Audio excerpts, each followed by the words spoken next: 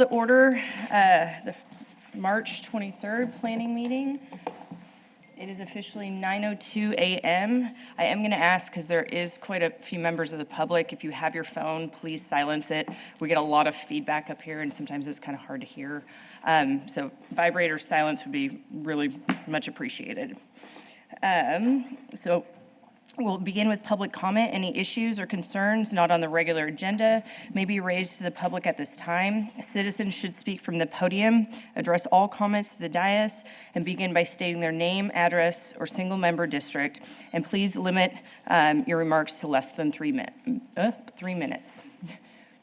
we have any open public comment, Ray?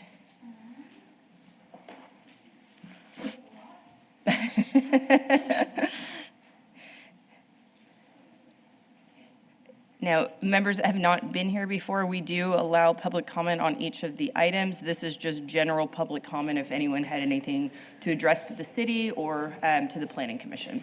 There is none. Okay. We will go ahead and close public comment at this time and discuss the consent agenda. The commission may request for a consent agenda item to be moved to the regular agenda for presentation and public comment. Otherwise, the consent agenda will be considered in one vote. All items on the consent agenda have been recommended for approval by staff with no opposition received to date. Since some items on the consent agenda may require public hearing, the commission will accept public comment on any item on the consent agenda in one public hearing. And do we have any consent agenda items? No. No. Okay. So we will close the consent agenda without a vote, correct? We don't obviously need a vote. Nope, you're good. Since there's no consent agenda items, we don't need a vote, correct? Okay. All right, moving on. Regular agenda, rezonings and comprehensive plan amendments. And I said silence phones, and here I am. Sorry. Thank you. Okay. Let's see. Excuse me, regular agenda, rezonings and comprehensive plan amendments. The City Council has final authority for approval of rezonings and amendments to the comprehensive plan. We'll start with item 1, which is PD 26-01, the address being 620 East 43rd Street, which is SMD number 2. We have a request for a zone change from single-family residential, RS1, to a planned development with the base zoning of low-rise multifamily, which is RM1, allowing duplexes and quadplexes located at 620 East 43rd Street. And again, just a note to everyone that this item, we previously tabled it in the February 23rd meeting, and we are looking at readdressing it.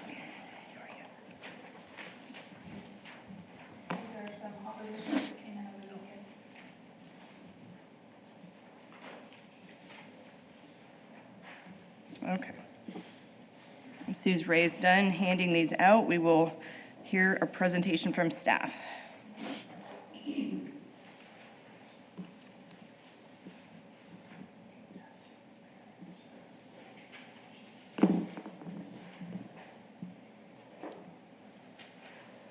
All right, good morning. Ray Lineberry, lead planner. This is an item that was tabled. It was originally just a rezone. They have come back as a planned development. So it is a request to go from RS1, single family residential, to a planned development with the base zoning of RM1. It is in District 2, Joseph, Lakeview neighborhood. The underlying vision plan is neighborhood. It is single family residential. We did mail out 29 notices. You have 2 in opposition that I passed out, and then we received 1 that just marked opposed, did not make any comments. It is this one right here in my hand.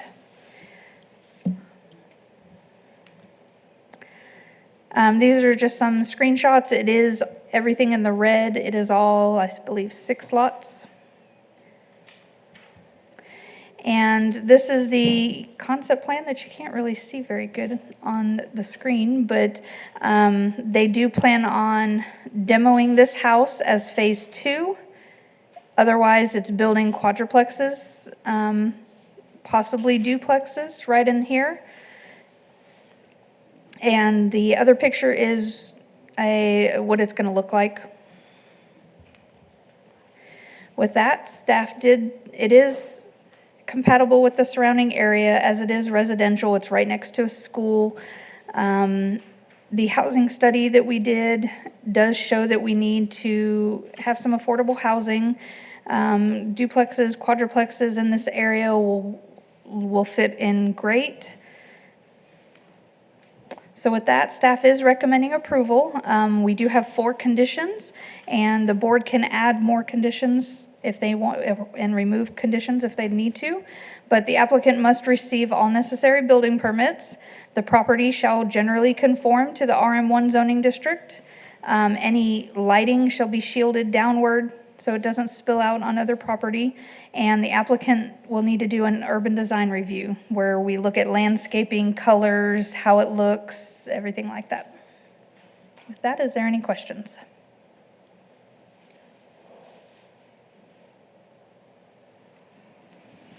I don't think we have any right now. I think we have a lot of public comments. Okay. Thank you, Ray. Okay. We will open up for public comment. I'm assuming we have a sign-up list? Yes. Okay. And Joseph? I did ask to go after the people Oh. petitioning. Samantha or Michael? Okay. Good morning. Thank you guys for Morning. joining. If you can please state your single-member district or your address, we'd greatly appreciate it. 620 East 43rd. Okay, go right ahead. And since we do have, are we 5 minutes? Yes. Okay, we're allowing 5 minutes on comment. For the applicant. Oh, for you, and then we'll switch from there. Okay, go right ahead. We're just trying to improve the area that we're building in. I mean, she did a great job at putting all that together. I really don't know how much to improve on that, other than we're hoping to be able to build more housing in that area to increase the Lakeview District area. Now, has anything changed since you guys last presented as far as your plans? Was No, it, as far as- was it originally quadruplexes, what y'all proposed No, last it's, time? yes, we wanted quadruplexes there, yes. Yeah, so everything's basically the same as before. And correct me if I'm wrong, so I know that y'all had a pre-development meeting scheduled, but the city had a lot of technical errors in the past couple of weeks. So I know Yes. that was pushed off, so y'all have not had that yet, correct? No. But we are aware that, Okay. you know, The existing home that's there, Ray had mentioned kind of like a phase 2 was gonna be demo. In the meantime, is that gonna be occupied or is it just gonna sit vacant? No, it'd be or- occupied, that's where I live. Okay. And, yeah, thank you. I guess my other question is, so, y'all are proposing kind of 3 there, so that's 12 units. Correct. Do you know what you are proposing down there? 2 at the bottom. 2 at the That bottom? would face inwards, So another 8? so that would just be copied on the other side. Okay. Is there, What? Sorry. no, you're good. I I was- was looking at your coastal map. And Ray, this might be a question for you, but is the drive, like, for instance, I know this is a mock-up, but featured coming through here, is that in lieu of developing Bonham further out or Bonham? Possum entrance would be on the bottom street is where you'd come up and come through. Okay. Now, what is the plan if you did quadruplexes in order to, allow enough space between each home? Again, we haven't done a development meeting with the staff, so we just need to make sure that obviously you've got enough clearance on your setbacks and whatnot. And then I don't know if the city is going to require any noise barriers between, since there are going to be potentially 12 units going. I mean, you guys can add something in the comments, maybe. There is a noise ordinance Sure. that, But I do think if you look at the picture and you see Bonham's at the top and 43rd's at the back, so the alleyway is to the left of the screen. Yes, correct. Okay. And if that's going to be an entrance there and a driveway, I Okay. think there should be at least a landscape buffer between the alleyway and the driveway. Okay. That would help in some way. Now, that's under the urban design review as well. But I think that would assist in buffering some of that noise. Okay, May have to shift the quadruplex at the front because of the site triangle at 43rd and Bonham. You don't want that to be a safety issue if that gets into the site triangle for vehicular traffic. But that may turn into just being two duplexes or or a triplex at that point at the front. As staff worked with them and staff talking it's a balance between the number of houses that still pays for the development that has to take place. Correct. Because if they will have to plat the property, they will have to extend a sewer line, a water main, they'll probably have to place a hydrant, and those are all development costs. And so can you develop the lot with their idea without getting very high on density, but still within the rules on density, and still protect those neighbors to the north as well as the neighbors to the west, and trying to make a development for Lakeview that's workable.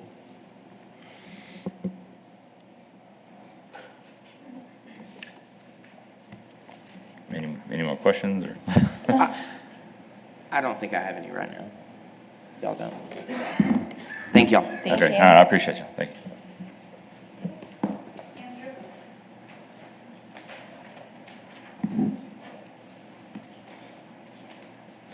Good morning. My name is Ann Joseph. I reside in Single Member District 2.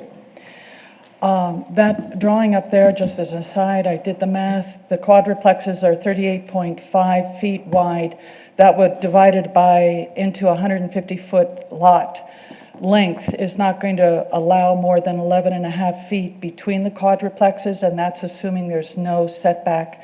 So that idea, one of the things that really bothers me about this is it seems all haphazard. This looks good, but practically speaking, it's not. Then moving to practically speaking, there are currently 9 single-family homes on the block in question with addresses as follows.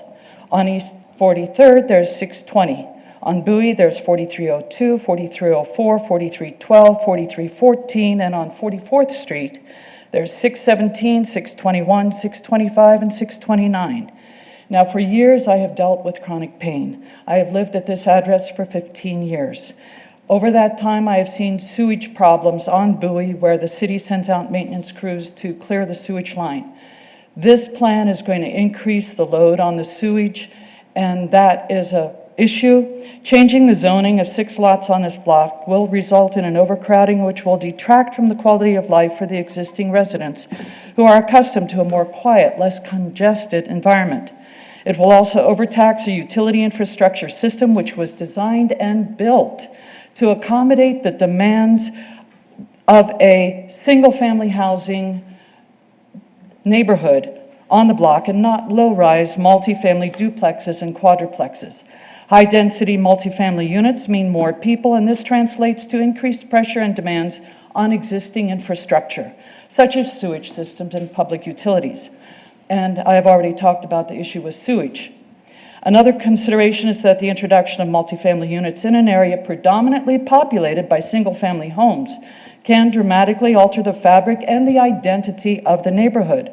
Furthermore, the potential degradation in aesthetics and the increased strain on the infrastructure that is already in place can negatively impact the value of surrounding single-family homes.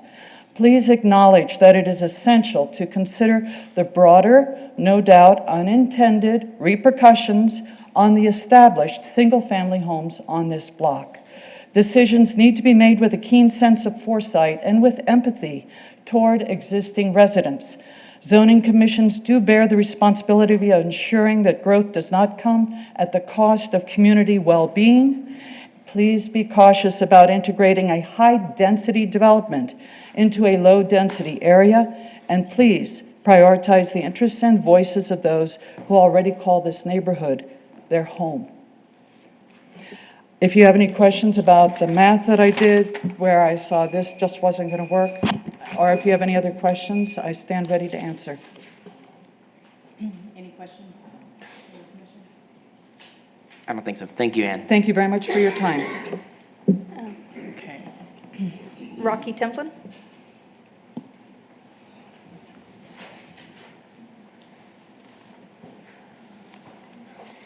Morning, Rocky Templin, single member District 6. If the PD and the density allows, you could end up with 6 quadplexes here, which would be 24 units. And with the RM1 zoning, you're going to allow all these to be STRs. So do you want 24 short-term rentals in that neighborhood be equivalent of like a man camp? Thank you, Rocky. Yeah, thanks, Rocky.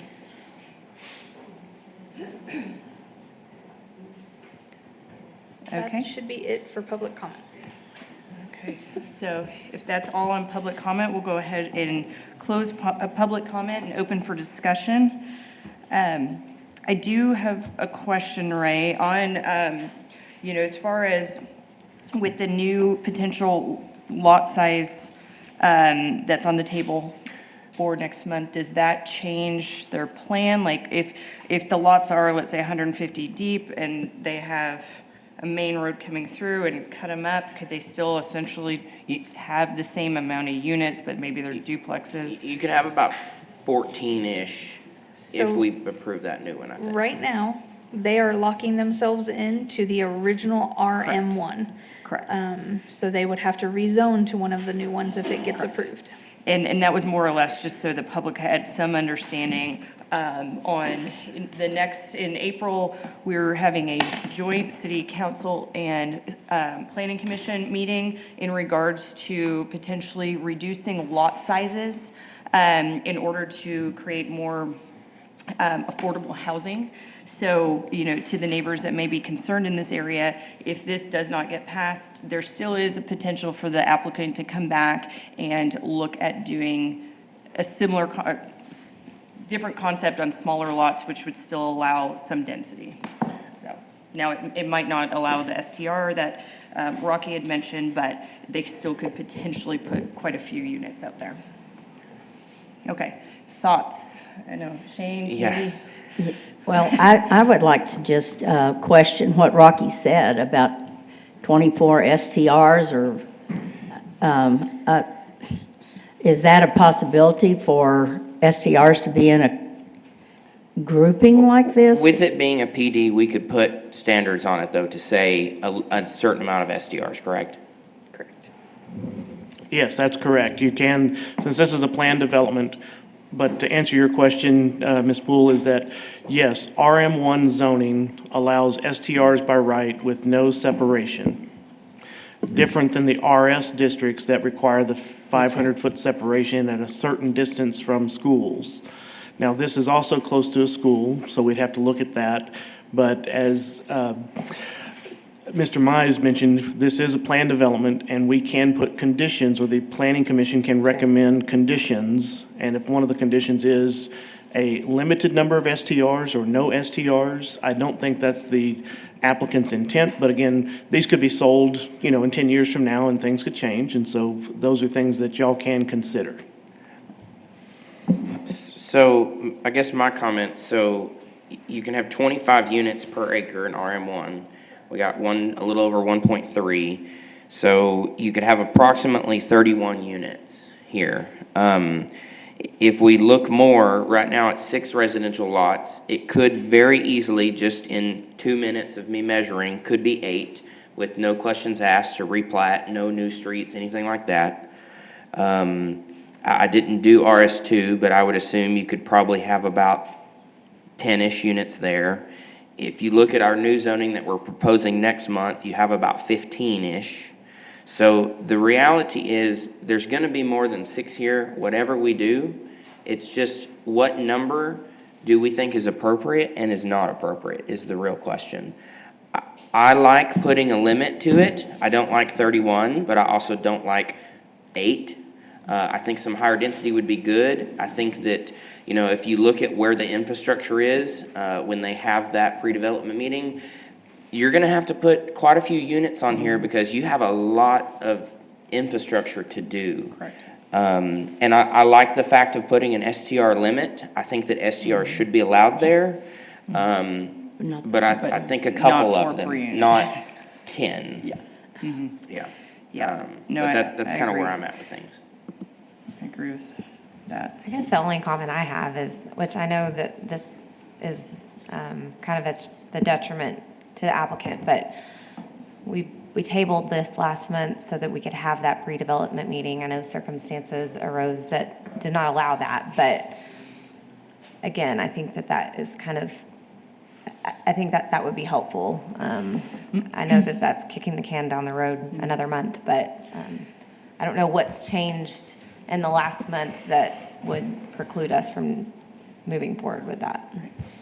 Well, I do think that with the plan development meeting, there's probably going to be a lot of additional potential costs that the applicant may not have thought all the way through, or requirements through the city. So I was really hoping before we got to this meeting that we were able to have that, but understand what happened the other week with the city was out of their control. And Chairwoman Davis and Ms. Albert, that could also be a condition that you put on the plan development, is that they must go through a pre-development meeting. That is their intent, and they want to do that, so they understand everything.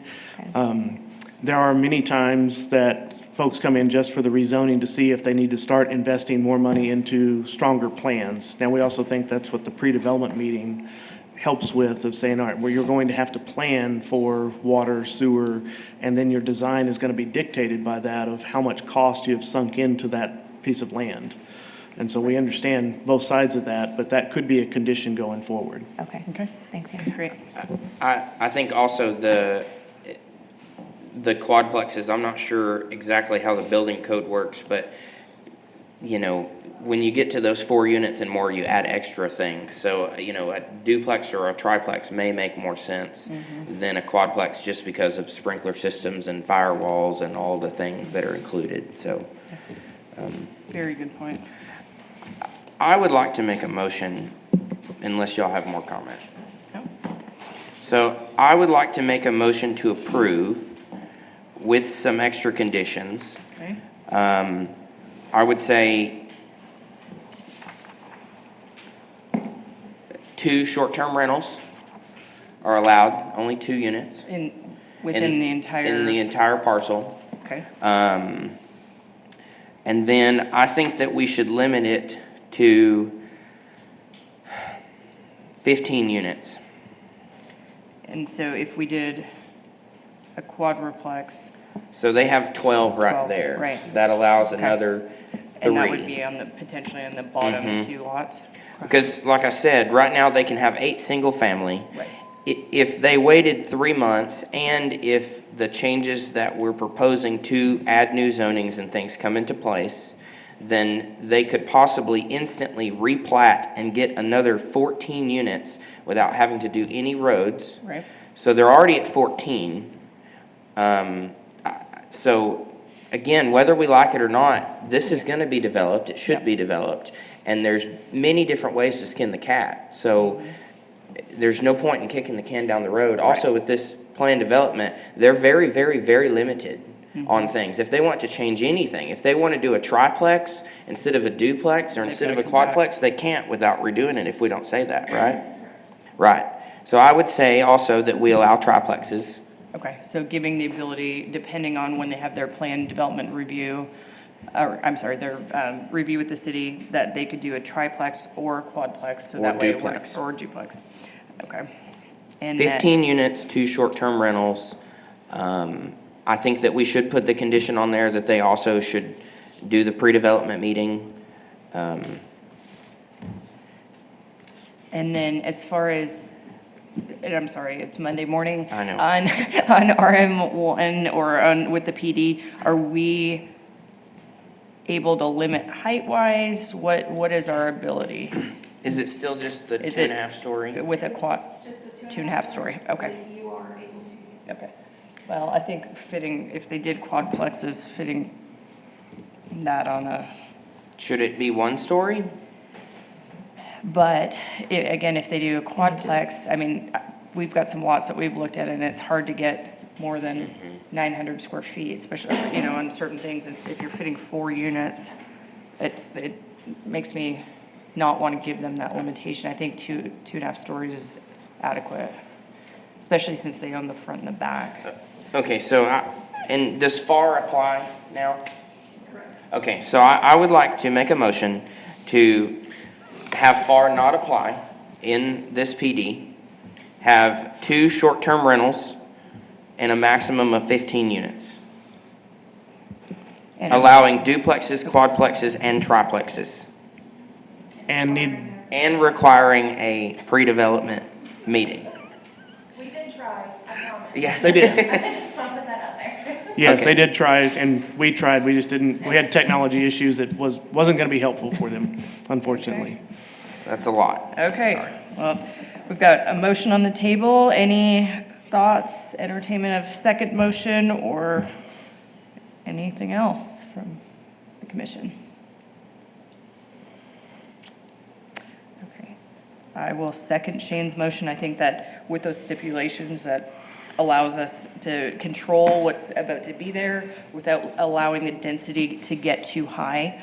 And I do agree with Shane on, making sure they've got the ability to, once they have their meeting, figure out if a triplex is better than a quad based on space allocation.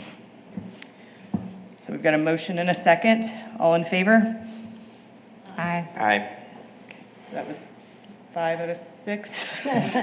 Katie, were you, I'm sorry, were you at nay? I'm a or- nay. Okay. All right. We've got a 1 nay, 5 in favor, so passes, and we are on to our next item. And I do want to thank everyone from the public that came out to discuss our first case today.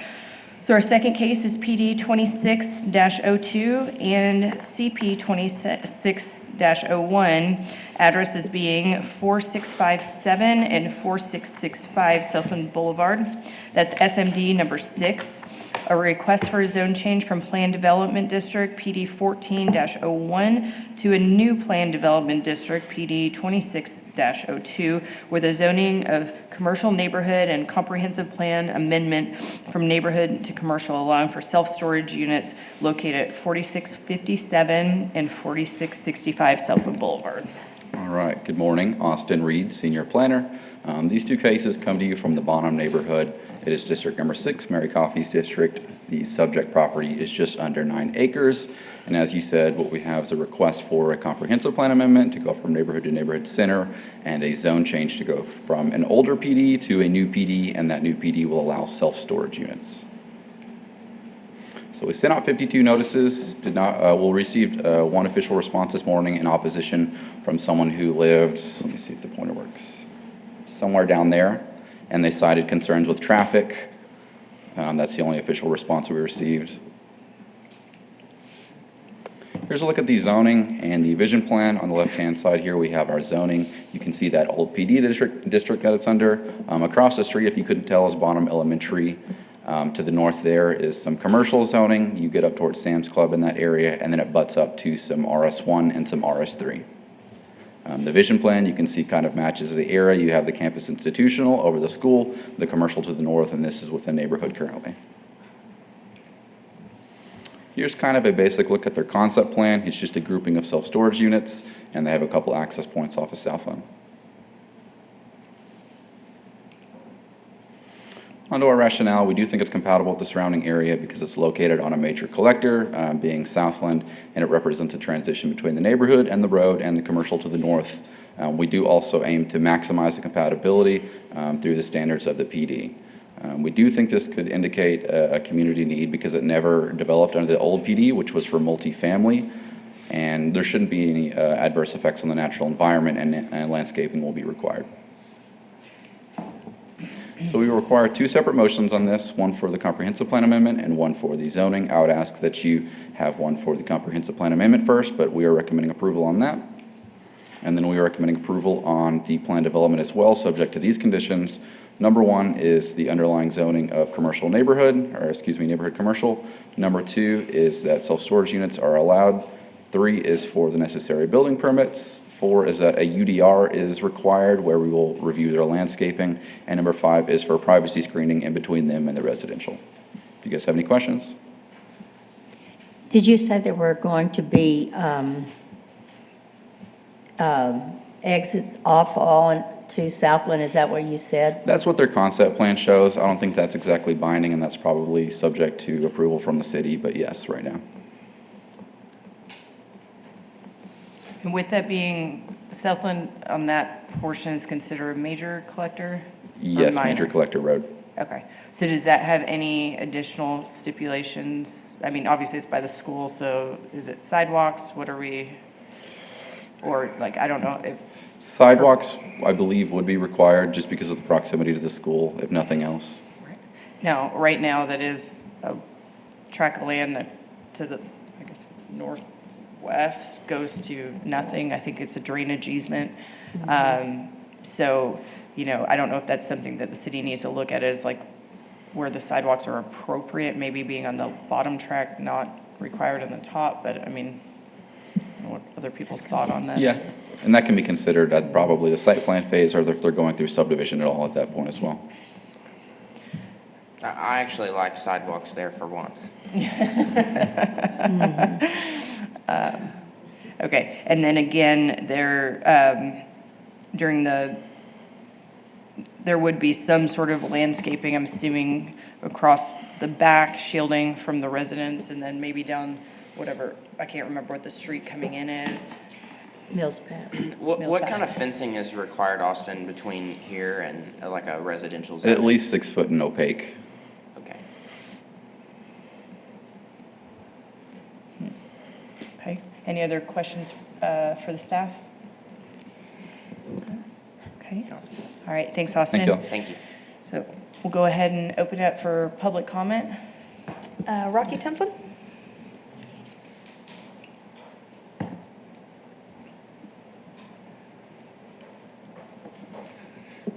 Morning again, Rocky Templin, single member District 6. Yeah, my only concern here is of course the kids crossing south in there. They did put in like a crosswalk right there at Mills Pass. And then if anybody's been by there at 8 or 3, they know exactly what's going on. I don't have to explain. You don't go by there. I do not have to explain what's going on. We've tried for years to get the city to stripe it. It is wide enough for a left-hand turn lane, and for some reason they just won't do it. So yeah, during that design, I just would like, hopefully that planned PD, that they would look at those entrances and exits, correlate with Bonham right there. Thank you. Thank you, Rocky. And then I'm going to ask James Carmen, you just put number 2. Was this number 2 or B number 2? This one, okay. James Carmen. Morning. Morning. James Carmen, and I live at 4201 Lexington Place, which is at the corner of Mills Pass and Lexington. Right across the street from me is the proposal, for the storage units. I can't say I'm really opposed to storage units. Could you speak more into the microphone, please? Oh, I'm sorry. I can't really say I'm opposed to storage units. Because if it doesn't pass, eventually something will be built there. Right. We just don't know what. Correct. Okay? The current zoning is actually for multifamily, so it could be. Yeah, and we definitely do not want that. So, anyway, I've looked at several storage units in town, and some of them look really nice. If this one is built that way, I don't have a problem with that. I truly don't. So and Rocky mentioned this a while ago about the entrances to it. And it looked like to me on the diagram, they were all coming off of Southland and not Mills Pass. Is that correct? Currently, that's what they're proposing, but once they sit down with the city, that might change based on fire marshal or depending on what the curb cuts coming off a major collector. That's going to be a city question. That is an engineering question, but typically for a property that has that frontage length, at least 2, and they're proposing 3, and they probably have a gated access on a couple of those. I think it's more appropriate to have them on Southland than the residential street that would help kind of regulate things. They may put a gate at the back corner somewhere for fire access, but they could have that gated and not be a public access, if you will. But this board does have the ability, again, this is a planned development, to put conditions of driveways and such is one of those things. But I think it is more appropriate to have them on Southland, entering and exiting. So I think, although that is a short drive there on Mills Pass, that does put additional traffic on that area. So just things to think about. Well, in Lexington, I believe, to the north, as it goes behind with the housing, the residential housing, they do not have alley access. They have front garages, if I'm... That's on Autumnwood. Yeah. Autumnwood does not have an alley access. Okay. Lexington, we do. Oh, okay. Between Autumnwood and Lexington. Autumnwood, okay. Yeah. That's the name of that street, okay. And so I was thinking about alleyway, but there's not one there because it's front garages. So are you saying then, by engineering, that they might have to have a back pass of some sort back there? It would only be maybe by the fire marshal if they needed a secondary egress. Now, if you look at those two at the top, they're a good distance apart, and that's normally what they look at. I know that the applicant is SKG on this project, so they probably can explain that even better than I can. And so when they get an opportunity to come up and explain their design, that might become a little more clear. But that would be the only thing I could envision, just kind of knowing the general knowledge of development. But I would recommend that they have their entrances, their primary entrances and exits off of Southland. Okay. Thank you. Okay, and real quick, back to what Rocky said about the traffic of a morning and an afternoon. It's a nightmare. Okay, it truly is. I mean, I put cones, I have a circle drive, and I put cones at each entrance so people don't pull into my driveway. It is what it is. But at the intersection of Southland and Mills Pass, I don't know if this is the appropriate place, but about a red light there. I mean, come on now. It needs to be there. Okay, so I just thought I'd bring that up. That's all I have. Russell Gully. Uh-huh.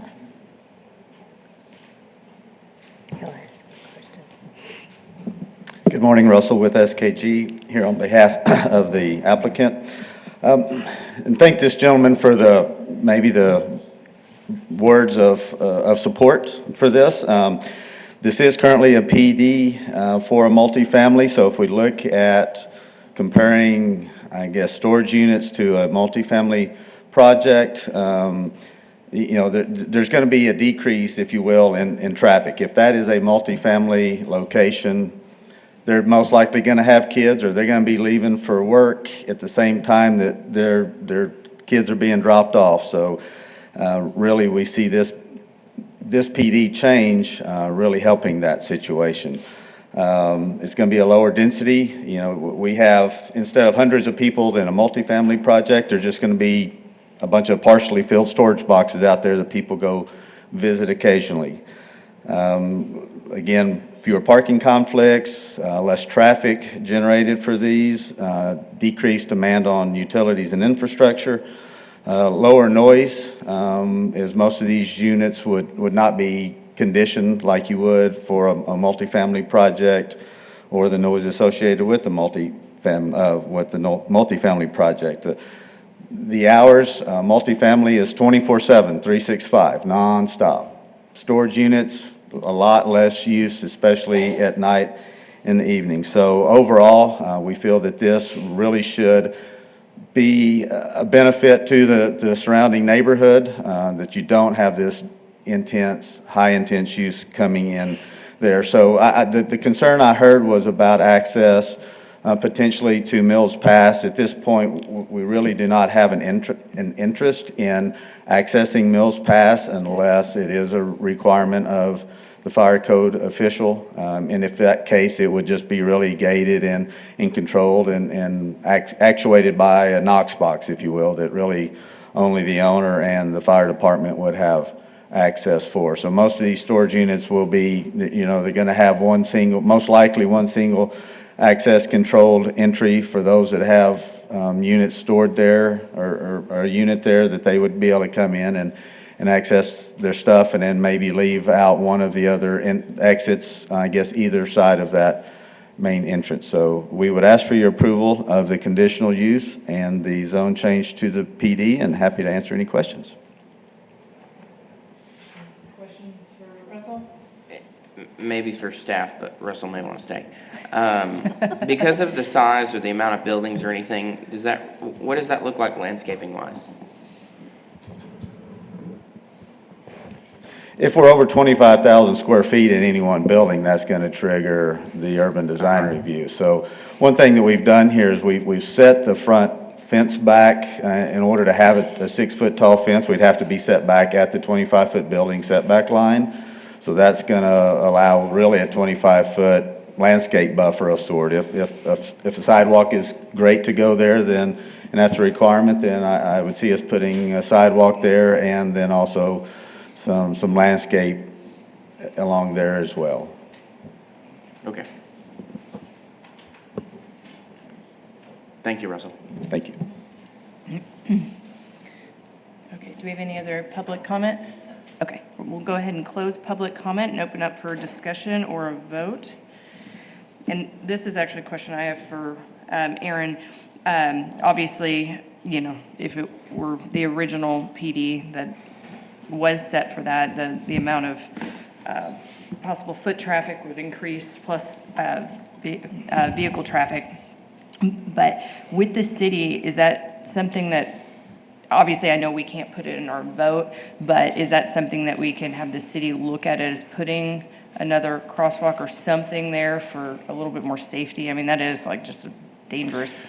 Well, I did get on Google Maps, and there is a crosswalk right across the street. It's just not a signalized crosswalk. Okay. That's something I can talk with the Director of Operations and let them do an evaluation to see if that is warranted.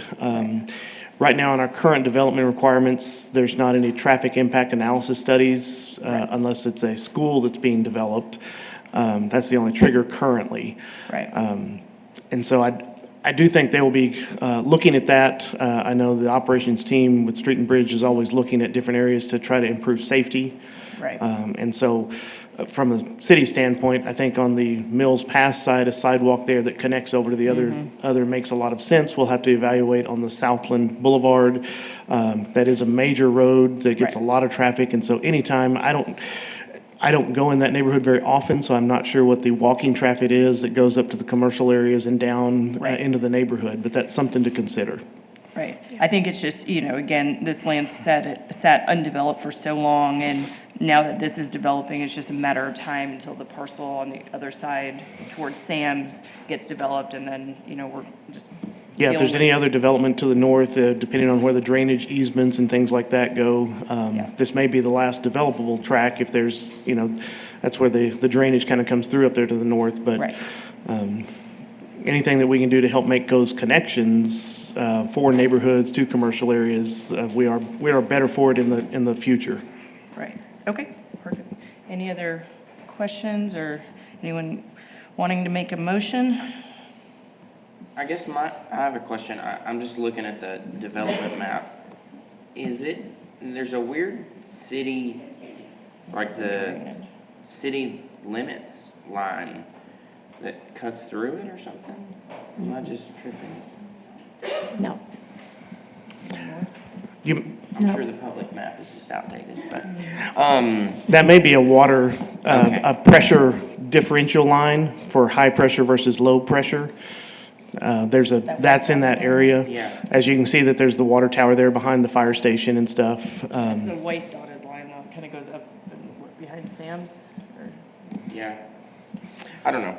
Well, you never know which map Mr. Mize is on, so we'll just leave it at that. Y'all got rid of my one that searches. I like it. I would like to make a motion to approve as presented. Okay, and we have two motions, one on the comprehensive plan and a second on the rezoning. I would like to make a motion to approve both Okay, as presented. motion from Shane. Second. All right. On both? Second from Candy. All right. All in favor? Aye. Aye. All right. Both comprehensive plan and rezoning pass at a 6-0. So we are moving on to ordinance text amendments. City Council has final authority for approval of text amendments to the zoning ordinance. Consider adopting land use regulations for our first item is consider adopting land use regulations for data centers through a conditional use process within the light manufacturing and heavy manufacturing zoning districts.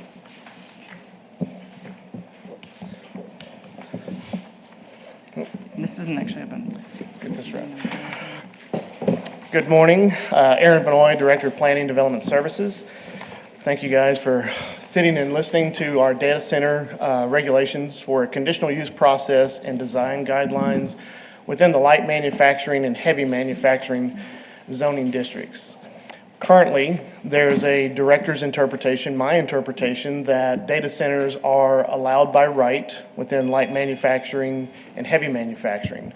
Through this process, we want to rescind that director's interpretation and add these regulations to our zoning ordinance that apply, again, to light manufacturing and heavy manufacturing zoning districts. And we'll kind of go through those. So the public and you guys, while didn't have a whole lot of time, did have some time to look at the packet, around 11-ish pages, 10 to 11 pages. Last page, basically an appendix that has landscaping plans. We have the information about definitions, and then it goes into a lot of the design standards for this site. The main concern for citizens, there's lots of concerns, I should say, but one of the main concerns was separation between residential and these areas that could house a data center, and so we took that into account. We took into account some building height, landscaping regulations, water use, noise, and several other things. So I will go through these. I know we have citizens here to make comment, and we're appreciative of that so that we can continue to drill down to what works for our community. If you see these two large notebooks here on the table in front of Mr. Reed, those are two books that we've been utilizing that talk about data center design and best practices on how to design data centers from the outside and inside. We've been utilizing that, and you'll see some of those references in there to ANSI, different things in ANSI that one of our consultants has been helping us with get to these data center regulations for our community. Westwood Public Services, Professional Services did a good job of helping us get the meat on the bones for these regulations, and we've been refining them over the last 6 weeks within city staff, as well as sending out to citizens that have come to the podium during council meetings to say, we would like to see this, or we would like to see something else. And so we've been trying to do what is best for our community as well as for all the citizens involved. The consultant did look at the state of Virginia, where it is the highest data centers concentration in the United States. They also looked at Irving, Round Rock, Plano, and other places that currently have data centers and what their ordinances look like, and tried to bring in those best practices into this ordinance as well. And so a lot of research has been done to drill down to what we think works here in West Texas and try to strike a balance between us continuing to grow and recruit major businesses to our community and still satisfy our community needs at the same time. So with that, again, we talked about, I have an interpretation that's sitting out there. Through this proposal, we want to rescind it. We want to adopt the definitions and guidelines that also deal with noise, site plan, and water use regulations. We will add section 430, which is a use-specific section within the zoning ordinance just for data centers. We will amend section 313, which is our land use chart or table that says where we would say data centers are allowed within the community as a primary use. It would only be in light manufacturing and heavy manufacturing with a conditional use if this is adopted through city council.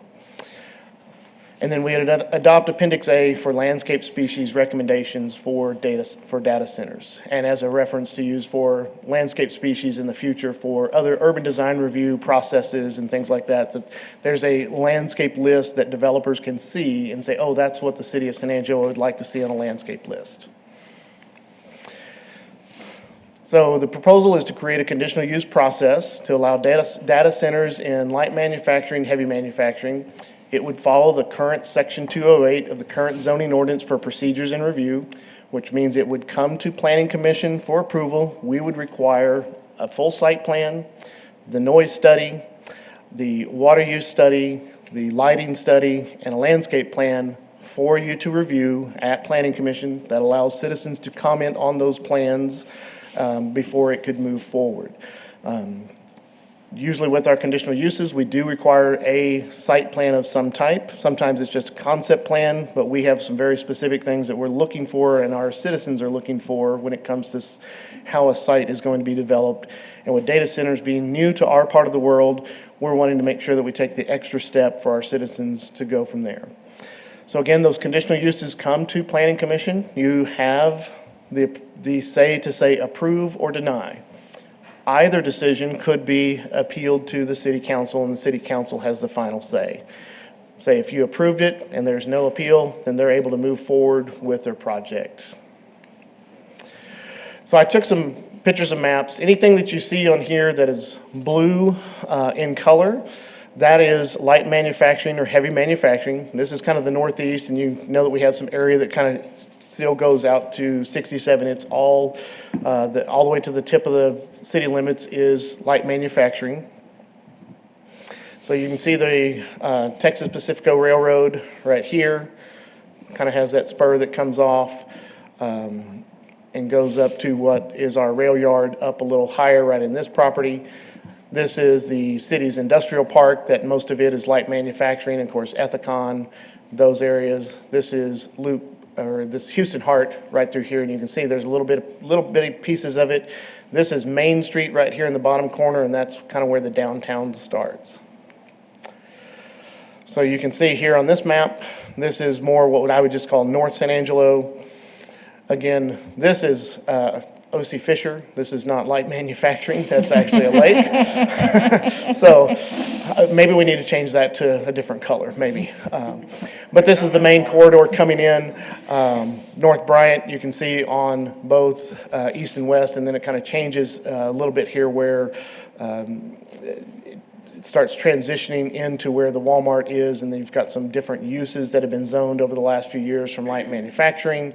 You keep coming down, and this is the large steel area that has steel works and things like that. It's heavy manufacturing. And then as you get into the top part of downtown, you can see this is kind of what I would call the warehouse district, really along the railroad, and then Windland, and then of course this area we just rezoned just this last week, and our maps have not reflected that yet, to general commercial along Bryant. So other than that warehouse area along the north of downtown, you can see this is Central Business District. This is the part of downtown goes south. The rest of it, of course, follows the railroad quite extensively when they were making those decisions. Comes down, and of course, Knickerbocker kicks in here, and there's a few spots along Knickerbocker. Actually, a shopping center there. They don't do a lot of light manufacturing, so they've got some basically some uses that are still allowed, but those are still light manufacturing. And then, of course, as you come towards the base along South Chadbourne, there's some areas through there and along Old Cristoval Road. And then this is the south end of Cristoval Road, where you've got some off of what used to be, or what is Dan Hanks back up here, and then a large area right over here, right at the interchange. That's within the city limits. So those are the majority areas that we have of light manufacturing and heavy manufacturing. It's hard to consolidate all that to get you any detail, but it's kind of along our railroad corridor and our major corridors. And then our northeast section seems to be our highest intensity and largest land parcels that have maybe room for a large-scale data center.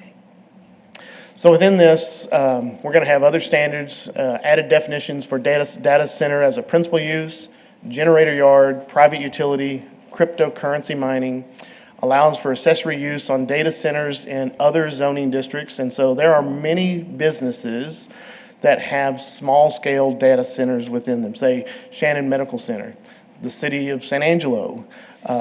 There are lots of places that have small-scale data centers because you're holding data. You've got servers there, could be the school district, could be a bank, it could be any of those things. And those are accessory to what the actual land use is. And so we do allow those as an accessory use, just not a primary use. And those would be allowed in those zoning districts that allowed whatever that primary use is. A property could still go through the plan development process, and then we would require them to still be subject to the design standards. They wouldn't get away from the design standards by going through a plan development. But that means back on those maps, if there's a large parcel that is something besides light manufacturing and heavy manufacturing, and they want to rezone it, they can maybe go through the rezoning process and the conditional use, or they could come through and do a plan development, and it would still have the design requirements. Again, anytime they come through, they're going to have to submit plans for elevation, site layout, sound, the noise studies, materials, signage, lighting, landscaping. All of those things will have to be submitted with their packet to come in and either get a plan development or a conditional use through the Planning Commission. So again, some of those things that are on that plan submittal, again, location with all the setbacks, ground-mounted equipment, parking, driveways, and circulation, sidewalks and pedestrian routes. We really like ground-mounted equipment. I noticed this at the council presentation, and I didn't take it out in this presentation, just so you know that ground-mounted equipment are generators, typically. And so we really want to know where those generators are going to land within there, if they have a diesel generator, a natural gas generator, or some other type of auxiliary power that's going to be a ground-mounted piece of equipment. Fencing, landscaping, screening, lights and photometric, sound study, building elevations, materials, and signage. So this one, there's a lot of information on this one. But again, these are some of the setbacks and buffer recommendations that we have in here to move forward in the ordinance. So this specifically is residential zoning or land use, and is the light manufacturer property that they're looking to develop, is it adjacent to them? And so you have front yard, side yard, and rear yard. If you're inside the city limits and you're adjacent to residential use, the RS districts or the RM districts, and the properties are touching, you have to have a 300-foot buffer on the front, side, and rear yard. That means you can't have any structures in that 300 feet. So your buildings, your generators, everything else has to be back at least 300 feet. So you're talking about a very large piece of property, but we're saying we want a 300-foot buffer. If there's a residential zoning or land use and it's, say, adjacent to the city limits, so it's in the ETJ, we're going to say that you need to have a 200-foot buffer there between them and another residential land use. Building setbacks. So say you're not adjacent to residential, you're adjacent to another light manufacturing, heavy manufacturing, something like that. We start with our ground-mounted equipment. Actually, the buildings, let me start at the very top. So the very top is the primary structures. And we talked about the building setback being 50 feet or the collapse zone. Now, in the regulations, you'll see a building height that can be up to 75 feet. There is, under some of the design stuff, talking about that if it is over 50 feet, you would stagger that building a little bit. What we've learned is through data centers, you don't stagger a building. It doesn't make sense. It really doesn't. Because they're needing some of that height for all the mechanicals and all the other stuff that's going through there. So we still believe that the 50-foot or even a 75-foot setback is appropriate, or the collapse zone. Say if they wanted to build something even taller, and say for whatever reason, say it was 100 feet, they'd have to be back in that collapse zone. We believe anything over 75 feet is too excessive for our community. We just don't have that many large structures like that. And talking with the data center folks, that's more than what they would ever go. I know that that's still a big structure, and so we just have to be mindful of that. You can see the next one, ground-mounted equipment, is 300 feet. And we will be wanting that ground-mounted equipment. So if the buildings are on the outside, we don't want that on the outside. We want those on the inside. So the buildings are a buffer, and then they actually will have a masonry structure around those ground-mounted generators. If they choose to do those types of things, they would have masonry walls around those to help mitigate sound and vibration. But they have to be 300 feet from the property line. So pavement, so if you've got a right-of-way, your pavement, obviously you can have the driveway, but then your access road, we don't want it right up. We want at least a landscape buffer, and so we're saying 25 feet back. If they happen to front on US 67, and that's because that's one of our major entrances coming into town, we want you to be 40 feet back before you have a structure. And then pavement on the side and the rear yards can be 10 feet. And so that's, again, those three pavement things there for right-of-way, US Highway 67, and side and rear yards. So the pavement, so you have some landscape buffer built in for those areas. And again, building height, you can see down here where we talked about building height, and then accessory height. Any of those accessories is a 30-foot max between the property line and the structure. If you're inside the boundary, then you can do a little bit taller height, but there are some, we don't want something just really sticking up that, while 75 feet is very tall, that is a tall structure. And so those are the things that we have in there. Before I move from this chart, are there any questions so far on any of these items? I know you're having to absorb a lot of information, and so there's lots of things to think about. I think I've probably got 4 more slides, but I just wanted to take a break and see where you guys are at. I have a few questions. Building setback, 50 feet or collapse zone, and then you have pavement, US Highway 67, 40 feet. Explain that again, because the way that you explained it, it seemed contradictory. So if you have an access road to the site, we don't want it right parallel to 67. We want that access road to be 40 feet back, so there can be a landscape buffer of at least 40 feet between 67 and their driveway roads, if you will. And then the building height, that's got to be at least 50 feet back before they can start having a true structure. Okay. And R&E, y'all classify that as residential? Yes, we do. I apologize, I didn't mention that one, but yes, R&E is a residential zoning district. That's all I got right now. Okay. Anybody else? I know it's very exciting. All right, well, we'll move forward then. So other items, this is where we get into some of the details about parking and other things. 1 space for every 500 square feet of office space and 1 space per data center employee. That's talking about parking, trying to find parking, enough parking for them. We also added in the regulations to have some additional parking spaces in case there's deliveries or other things that may come and set up. You know, you're going to have some vendors that are going to show up, people that have to come and do certain things. So we needed additional parking spaces for them. Ground-mounted equipment, all must be screened. Doesn't matter what kind it is. They will have to be screened through masonry walls of some kind. Rooftop equipment will have to be visually screened. Fencing could be masonry, wrought iron, and this is perimeter fencing, if they're wanting to secure their perimeter in some way.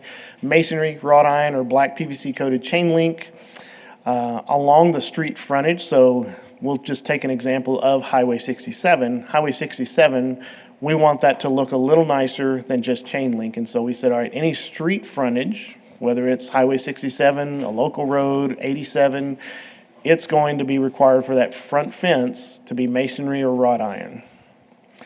The rest of the fencing could go, and they could continue with masonry, they could continue with wrought iron, or they could switch to the black PVC coated that could do the perimeter. Fencing not in, we're asking for the fencing not to be in front of the landscaping, so you can actually see the landscaping, not necessarily the fencing, although black coated PVC, it's hard to see that sometimes. But the landscaping requirements, we would want that to be able to be seen. Landscaping along the parkway, the side yards and rear yards, grass and sod. Parking lots over 100 spaces, although we don't think we're going to get to 100 spaces on a data center for parking.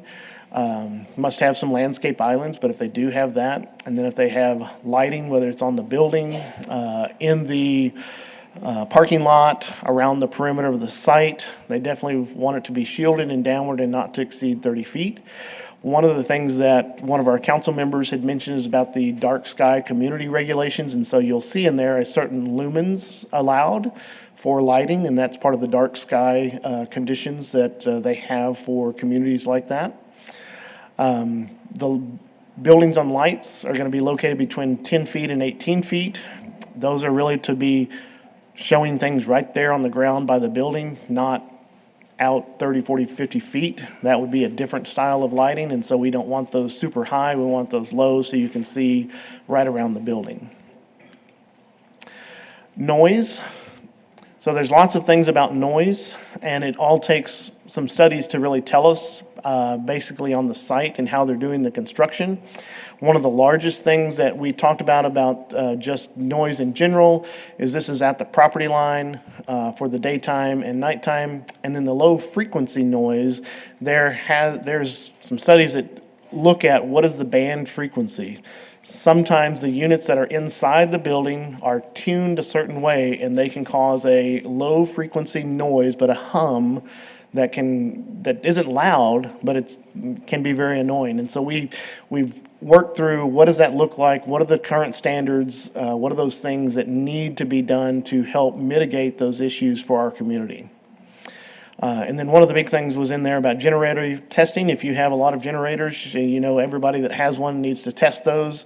Some do it monthly, some do it weekly, some do it other times. But we have generators all throughout our community, whether they're home-sized generators or large generators like what we have here at City Hall and at the hospitals to keep operations and things moving. But basically, if you wanted to conduct it during 9 a.m. to 4 p.m., you can do it unless approved by the planning director. And so basically outside those times, if you need to do it outside those times, you have to get it approved. You can't test your generator at 2 o'clock in the morning. And I think we'd all agree to that. Who approves those, Aaron? Huh? Who has the final approval on that if it's outside the 9 to 4? Right now, it's the Planning Development Services Director. It could go to the city manager, it could go to somebody else that's designated, but they would have to contact somebody saying, hey, we've got to do an emergency generator test for whatever time and discuss to see what's the implications of that.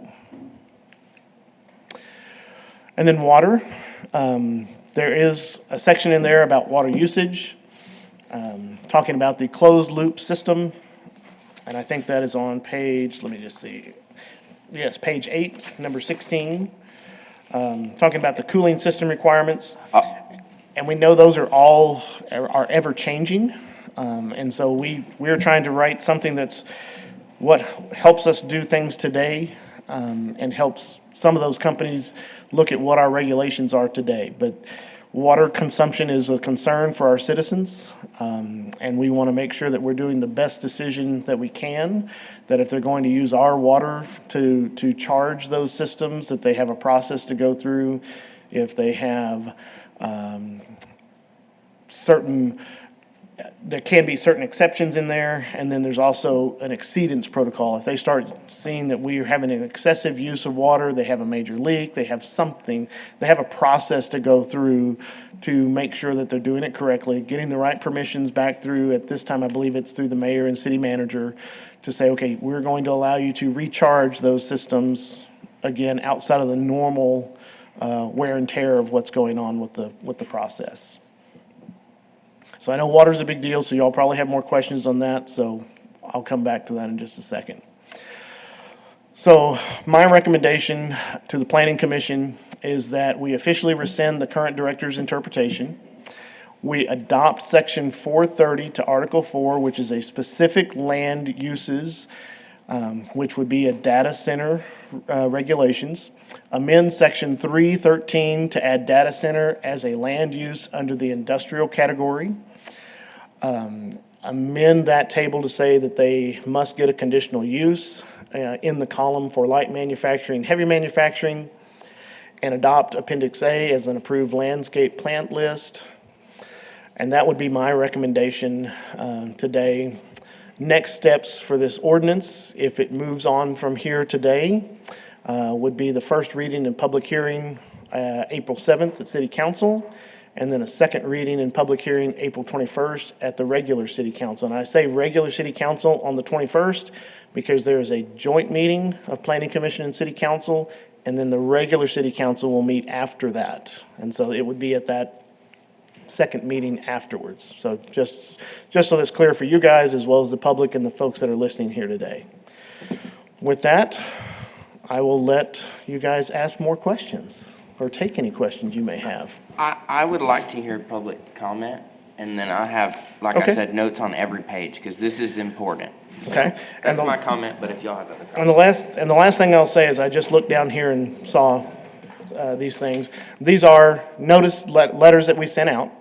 We sent out 1,157 or something of that number to property owners that either own or adjacent to light manufacturing, heavy manufacturing. There's a stack over there of maybe 15 that came back returned. We have there's one that's opposed to data centers completely. They're just opposed to data centers. So they don't want any regulations, they just don't want data centers. The rest of these, which is let me save that one. 1, 2, 3, 4, 5 are all in favor. They didn't say yes or no. They didn't say data centers or data center regulations. They just said, I'm in favor. One of them just said, make it happen. And then I have 2 that are here. One represents 1 property. This one actually represents 9 properties. And they are opposed to having regulations. They want data centers, but not to have the regulations. And when you're talking about over 1,100 notices sent out, and we've had probably less than 30 respond back. Terrible response. It is a bad response, but it also may say that maybe that's not that big of a deal for us. Maybe we are open, or maybe they are saying, yes, we think this is going to be good for our community. Aaron, can I just say something real fast? And Sure. just kind of reiterate for everyone in the room and for ourselves to make sure I'm understanding. So if we did nothing now, the way you interpret everything is that data centers are allowed, no conditions, no restrictions. What we're doing now is rescinding, or what's on the table is rescinding that and putting conditions on data centers so that they are not allowed by right. That is correct. Okay. Okay. All right. Any other comments or questions for Aaron? Later. Okay, all right, I do have one for Aaron. okay. Did y'all look at any of the, traffic impact conditions, putting those in these regulations as far as like impacting city infrastructure, as far as roadways, the generation that happens? We did discuss that. We did not see that in any of the ordinances, which I was a little surprised at. But we didn't see it, and we have been having some discussion that we thought about putting that in our regular land development and subdivision ordinance, because that's normally when you start looking at those things. And so that is something that could be added, is a requirement as a traffic impact analysis study for these types of things. It's just not in there at this time. Okay, thank you. Okay, well, time to make this exciting. No, just joking, Aaron. We're gonna go ahead and open up public comment. Ray? Okay, so Richard Summers? And again, please, we're gonna limit our time on this, Ray, to 3 minutes, or I'm sorry? are we limiting the time for? Yes, 3 okay, minutes. To 3 minutes, so please state your name or single-member district. Good morning, Commissioners. I'm Richard Summers from District 5. Before I make my comments, I wish on the record to place a formal complaint against staff for not allowing several people in this room to speak on the public record when they had indicated they wished to do so. To begin my formal comments, I want to briefly reinforce 3 process concerns regarding proposed data center design regulations before you.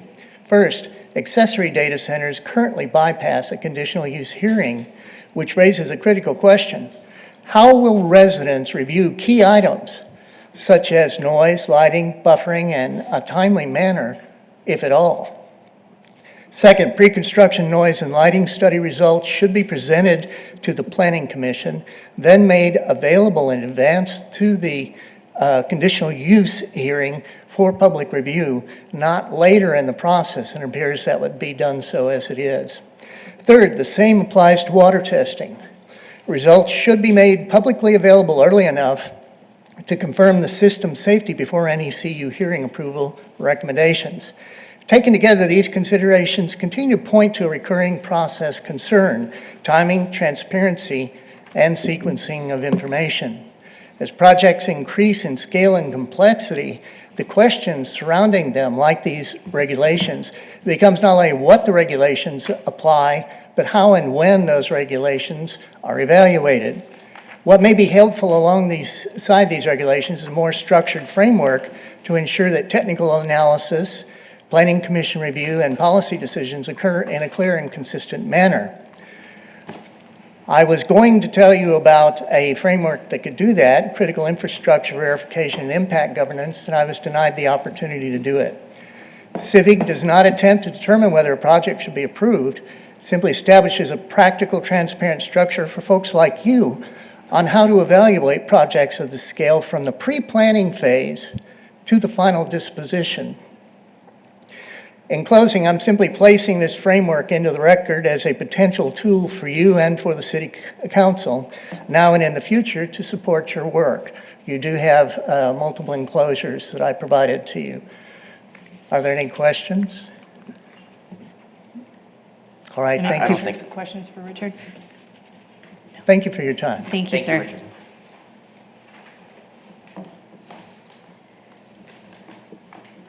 Vernon Hogler? Hegler?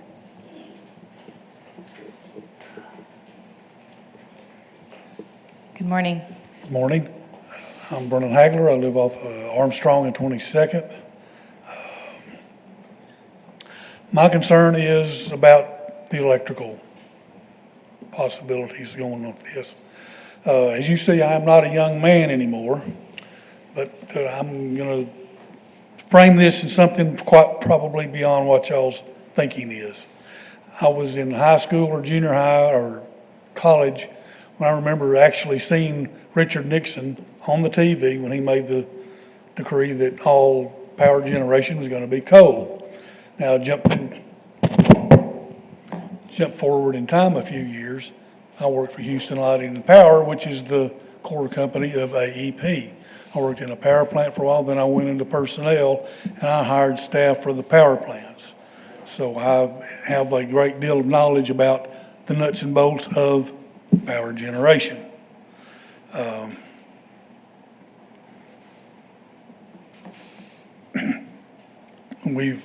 My request is, my thought is have them have their own generation. I have seen things change, like I said, with my deal about Nixon doing with coal. When I was with HL&P, I hired the staff for the 4 coal burners that are at Smithers Lake. The EPA would not let them set those plants up to use natural gas. And they cannot be reconverted back. If you want to convert a plant that's not already set up to natural gas, you have to tear it down and start over. That's the first thing they do is put in the gas lines. When they come up out of the foundation, they're enclosed in what amounts to a bunker. The concrete wall's about that thick, so they don't mess around with that natural gas. And so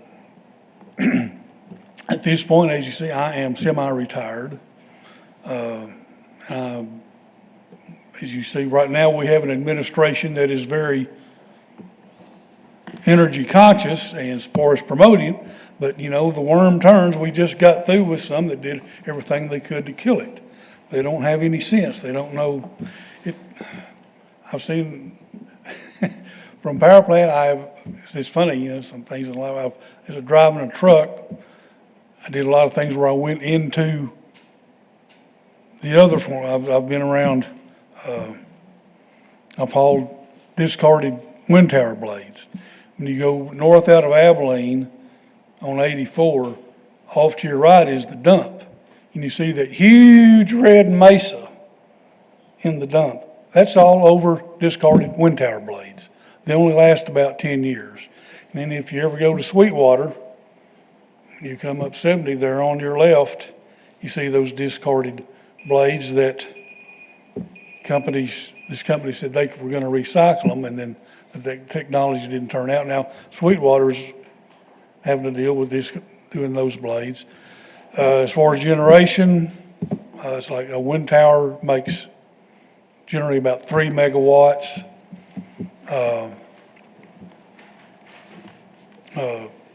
To replace a 600 megawatt steam turbine generator with solar panels, take 2 sections of land. Yes, sir. So, Vernon, I'm sorry, I don't want to cut you off by any means, but our timer did go off, and we definitely appreciate you coming out and your concern and your thoughts on everything. We do have quite a few other members of the community that are also set to speak, so I'm so sorry that we're going to have to move on. Okay. Thank you, sir. Thank you. Okay.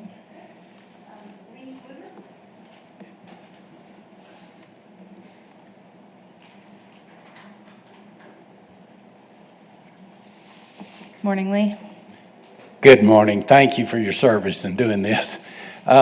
Most of mine is just understanding the vernacular. When I see data center as a double word, that means a lot. I looked at some of the restrictions, 300 feet in the front, that's a football field in the front and a football field in the back. Any of the properties most of the properties I saw on your map weren't even 100 feet deep, 300 feet deep. So we're throwing a big blanket of a whole bunch of restrictions. When people go into it, you don't want to mitigate the value of your property by having one of these deals where you have one incident and all of a sudden put this big blanket that just covers everything, and everybody's got to go through, this is under the restrictions of this code 4, and I don't know if I can even buy that land because it's going to be so tough. I think there are small data centers, but I don't understand the vernacular, so that just needs information on my part. I think data centers are good for our community. I think they're good for our area, and I think they're essential for us to have positive growth in Sanangelo, Texas.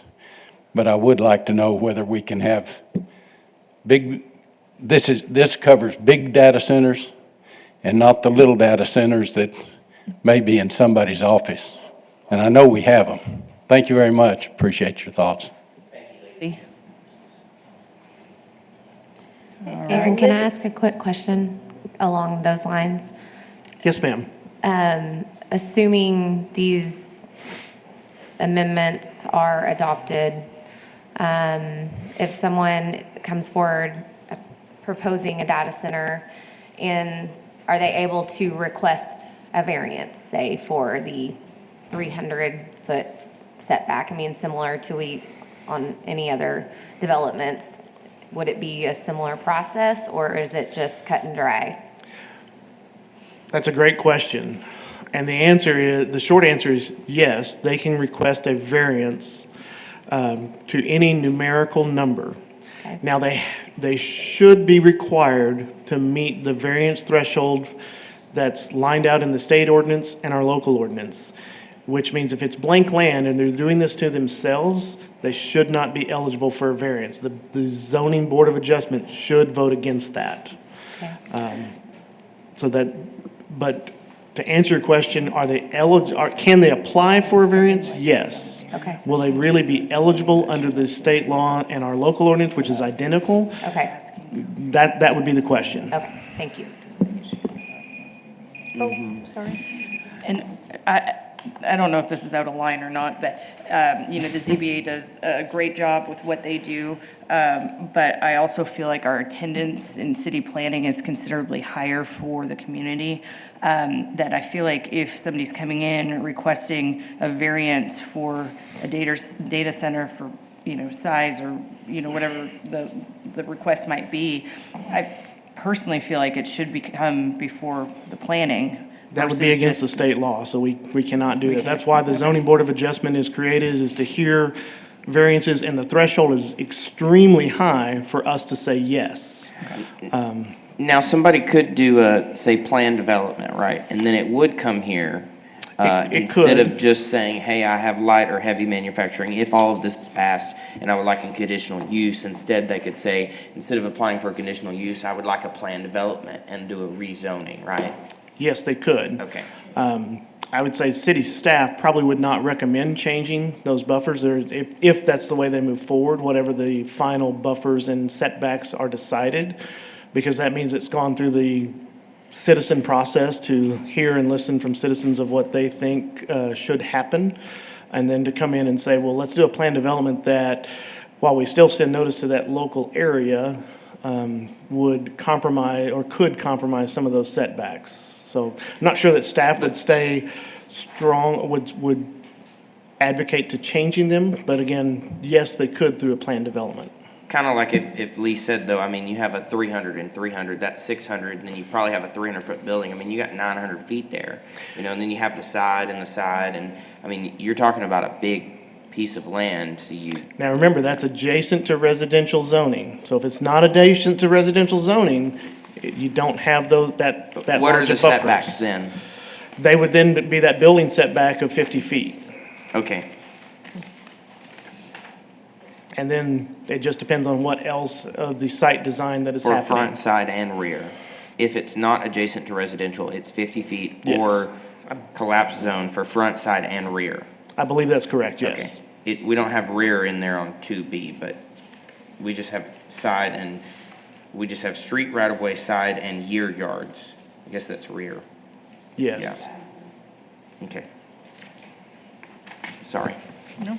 Also, for members of the public, all of this is available online at the same time that we get it. So you can see all of this paperwork that we're referencing and looking at.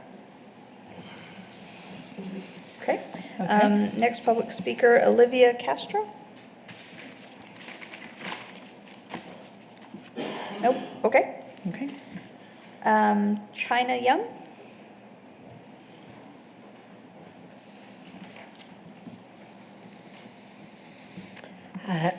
China Young, SMD4. And before I begin my comment, I do want to acknowledge that I did request to make this comment during regular public comment at the top of the meeting and not during the agenda item, but I guess here we are, so I hope I stay in compliance. Regarding the data center guidelines, I do want to thank Mr. Vinoy and anyone else that worked on these guidelines for including specifications in your regulations draft that included no data center shall engage in cryptocurrency mining. Thank you very much. I'm also very grateful for water use specifications that you've included, specifically the draining provision that states that the process shall comply with all TCEQ requirements and other applicable law, and the provision to use reclaimed water whenever available. If these machines could initially use reclaimed water, saving the fresh, potable water for the living human beings and animals and the gardens and crops that provide sustenance, that would be preferred. I'm not an engineer, so I still don't understand why these machines get priority over our most precious resource that is water. But the growing demand is something that we should all be concerned about. A frequent argument in support of the closed loop system, which is included in the current proposal, is that it uses far less water than the open loop system, which is true. However, that argument is made looking at the water use in a silo, separate from hundreds of other closed loop systems that are being proposed that would be filled simultaneously out of the same precious water resources. Corpus Christi is currently facing a loss of access to potable water available to its citizens by May of this year due to industrial water use. This is a crisis that we all face. More and more state lawmakers and candidates are talking about this issue as the threat exacerbates and the awareness of the strain on our resources grows. These are lawmakers from every side of the aisle, so this is not some kind of political agenda or ideology. This is a very real and concerning threat that anyone with pattern recognition capabilities can reasonably predict the fate that awaits us in coming years regarding water. The belief that someone will come along to solve the problem for us in the future is, and I do say this with all due respect, blindly optimistic. It has been made clear that this current data center is full steam ahead, and again, I am incredibly appreciative of the fact that the Planning Commission and the City Council has listened to citizen recommendations and have incorporated many of our proposals. Thank you again. But I hope for the sake of all of us that whatever revenue is generated from this project, the city does use it for the infrastructure updates that the city so desperately needs, serving the citizens whose resources are being used and whose taxes and utilities will be impacted. Thank you all so much for listening. Thank you, China. And then Russell Gully is the last one.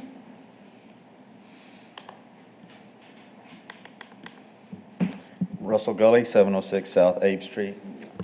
I really like just to stick with the wisdom of the director's interpretation that they're allowed currently. So I think we could make it real easy here and just stick with a very valid interpretation of the ordinance. But if that changes or is proposed to change, I have a few comments to put forth. So in looking forward, we have some I guess, proposed changes to some RS districts. I don't know if we need to add potentially the RS districts that were proposed in that when we're talking about the residential districts in the first section there. And then for the data centers of principal use, and Mr. Pfluger mentioned this, if most of these data centers are huge buildings, you know, well over 100,000, 200,000 square feet. So, you know, Shannon or some of these ASU or some of these other areas that really could almost be argued as a data center. My company could be claimed as a data center because we process information on computers. So maybe we need to add in something for that these data centers are in a building over 100,000 square feet or 200,000 square feet, because applying these to a small little data center that may just get inadvertently swept up into this is probably not fair to someone along those lines. Then skipping ahead, one of the concerns really that I hear about is water usage, and we have some landscape requirements in here, and I just kind of running through some quick numbers. You know, data center sites are typically very large, you know, hundreds, 200 acres or larger. So I just said, well, let's assume it's a 100-acre data center site, and it's you know, approximately square in size. That would have over 8,000 linear feet around the perimeter of it.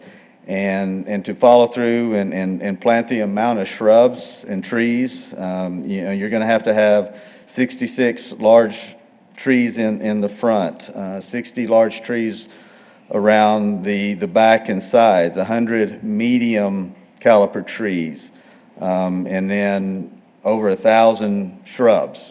So you go and look at that and just estimate what it would even take water-wise to get that established. You're using a lot of water on these shrubs and trees. And while I believe that that's a good thing to have trees and shrubs, maybe let's look at toning that back. Are they really necessary on the sides and the perimeter if you're in an industrial area and you got your data center site and there's a substation right behind it? Why would you need to plant some shrubs or trees between your data center and a substation? You know, so maybe let's tone that back and maybe focus that to the front and on the sides. Why do we need it adjacent to other industrial activities? So appreciate your thought and your consideration of this. Thank you. Yeah, thanks, Russell. Appreciate that. Okay, that's the end of, okay, so we're going to go ahead and close public comment. Just have just a short minute to Okay. get the point out. Okay, Ray, can you, a minute? We'll open public comment, and Ray's going to set the time clock for you, sir. And it was Vernon, correct? Okay. And after Vernon, we are going to close public comment again. Thank you. And so Ray's got a minute up there for you, Vernon. Thank you. Okay, thank you. Well, the point I was trying to make is, one of the things that's bringing all the data centers, Texas has the biggest grid in the country by far. Texas generates 125,000 megawatts. Florida is second with 65,000. Pennsylvania is third with 40-some thousand, and it goes down from there. Maine buys most of theirs from Canada. So the point I was trying to make is all kinds of things are affecting the price of electricity and so forth. My asking that they generate their own electricity is, like I say, I'm retired. Under Biden, my electric bill went up about 50%. My natural gas tripled. Trump has got us a little bit of relief. So that's my consider is we don't know what's going to happen over the lifetime, how our price of electricity and everything is going to change, and that would be something, as far as y'all talking with other cities, that, that's an issue. Yes, sir. No, Thank that's you a for very good listening. point. Thank you so Thank much, Vernon. We appreciate you. Okay, and again, we will go ahead and close public comment on this item and cut back to Aaron or discussion, questions from the Planning Commission itself. I guess, so I have some comments. And I really agree with Russell. You look at what is allowed in heavy manufacturing, light manufacturing. You can have a slaughterhouse, you can have a steel yard, you can have a cement plant. I mean, you can manufacture textiles, cabinets. I mean, you can do all sorts of things that are that pollute the environment, that use a whole lot of water, that use a whole lot of power, and they have no regulations other than just the general zoning. I love that people are coming out to fight and talk about all of this. I think that it's great. I think that we need more community interaction in everything that we do. I think that, local politics is so much more important than who's in the White House. But 10 pages for one thing is crazy. It's crazy. And, like Russell said, the trees and the plants, I'm reading here on, on page number 4, where it says, side and rear yard landscape areas shall be landscaped in accordance with the following. If no fencing, a row of large evergreen shrubs planted 8 feet on center to form a solid screen that is at least 3 to 6 feet tall at the time of planting, and 1 large tree every 100 linear feet. If fencing with wrought iron, so that's if they're fencing, that is if they're not fencing, and they're just using shrubbery. Now, if they choose to fence with wrought iron or black PVC, according to this, they still have to plant trees and shrubs and everything. That is going to use way more water, and I love trees and shrubs. I'm from East Texas, right? I grew up there, and all we had was trees and water. So I would love to see San Angelo get more green, but the reality is we don't have all the water to do that, and especially if, you can have a data center that's right next to a slaughterhouse and right next to a steel yard and a substation, and the data center has to spend hundreds of thousands of dollars on trees and hundreds of thousands of gallons of water to support those things. I'm all for having some regulation and some control, but then we talk about the noise things, and we talk about how we can have we can just call for noise tests. Who pays for those? It's the city employee that has to go out there to do those kinds of things. So that's just more money that we're spending. And I have lots of comments, and I would like to go into more of those, but I will leave it with this one last thing before y'all talk, and then I have some more things. But, the reality is we have change coming. The reality is I don't want to push things away from San Angelo, because a data center could go to a surrounding town or out in the county. They're going to pull from the same aquifer. They're going to pull from the same power grid. They're going to have all of the same negative impacts that they would have if they're in the city. We just get none of the positives. So we should have some control, but we want the positive. We want the tax base. We want the millions and millions of dollars to upgrade our infrastructure. And if we put, tens of pages of restrictions on people from a business, because that's what they are, they're going to go to Miles, they're going to go to Grape Creek, they're going to go somewhere else. And those towns need the money, just like we need the money. And they're going to let them do whatever they want because with no restrictions, and it still hurts us. It still pollutes our air. It still takes our water. It still does all those things. So I really don't like all of this, but I know that that's what everybody's pushing for. So I would like to hear y'all's thoughts and comments, but there's 12 people or 14 people in this town that will make this decision, and this is massive. That's where I'm at right now. Oh, well said, Shane. My comment was, I read through this over the weekend, and I was lost, to tell you the truth. And I said this to Aaron a while ago.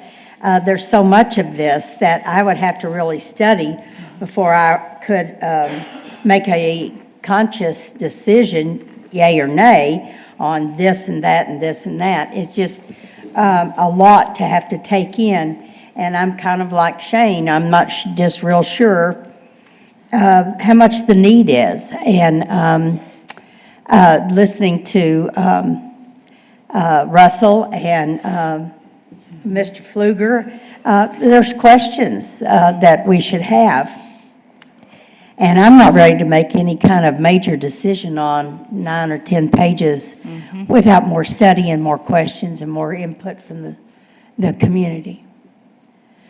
No, I agree, and I think, for the general population, of the city of San Angelo, again, we're looking at slides that say, okay, 50 feet here, 300 feet there, you're like trying to conceptualize this, and then, and I'm not sure who, it might have been Mr.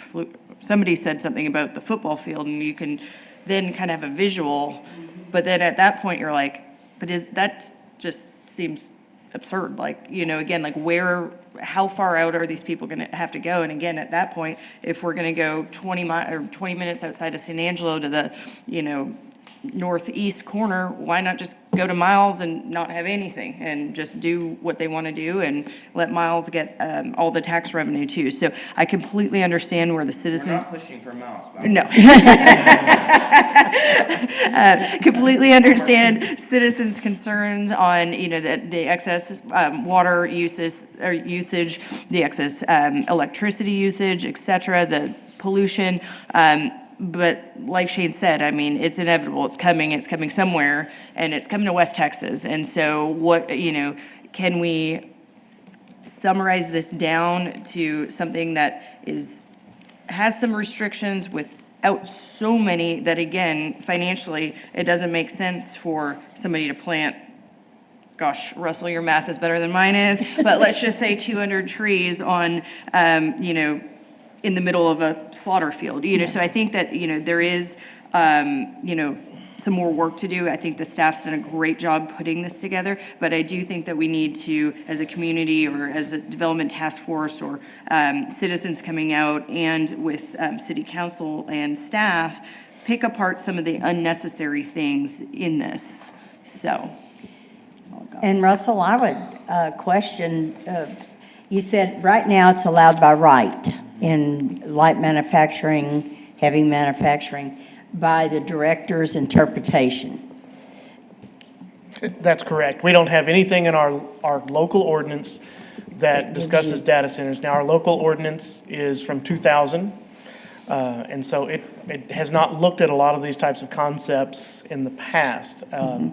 And so I do understand that, and we've been hearing from citizens that are asking for certain things, and have certainly come to city council and asked for things. I may ask if we could open up public comment for Mr. Rick Weiss to talk. He's been one of the main points of contact, talking with not only our consultant that's been with Westwood, but also the data centers that are out there that are looking or speculating on San Angelo, he can give some insight of how some of these came about, so. Okay. Oh, before you do that, Commissioner, are you okay with opening up for one more public comment? Yeah, I We have was an just going to understanding. make a comment, but I can. Okay, oh, no, go ahead, Liz, and then we'll open it up.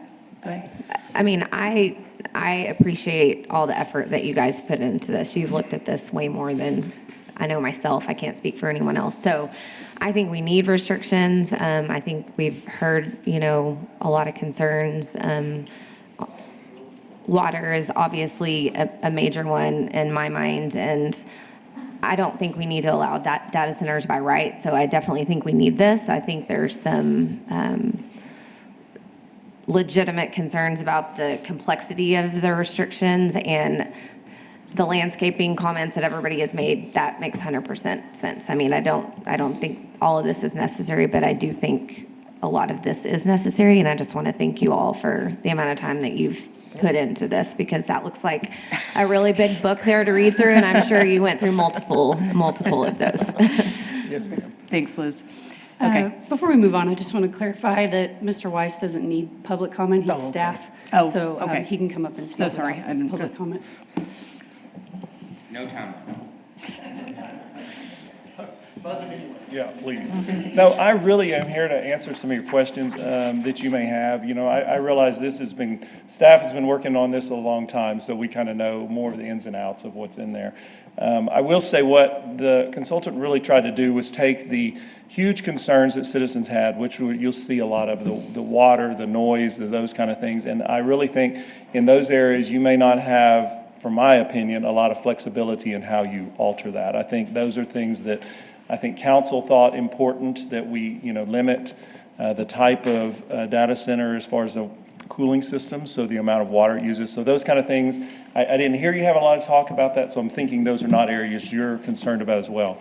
From the other standpoint, I do believe you need to take whatever recommendation you think is practical to San Angelo, and I don't disagree with anything you've said. You've talked about the landscaping. I come from a background in that, so I think those corridors coming into town, it is important to retain the look. Whether we do it on all sides, I agree.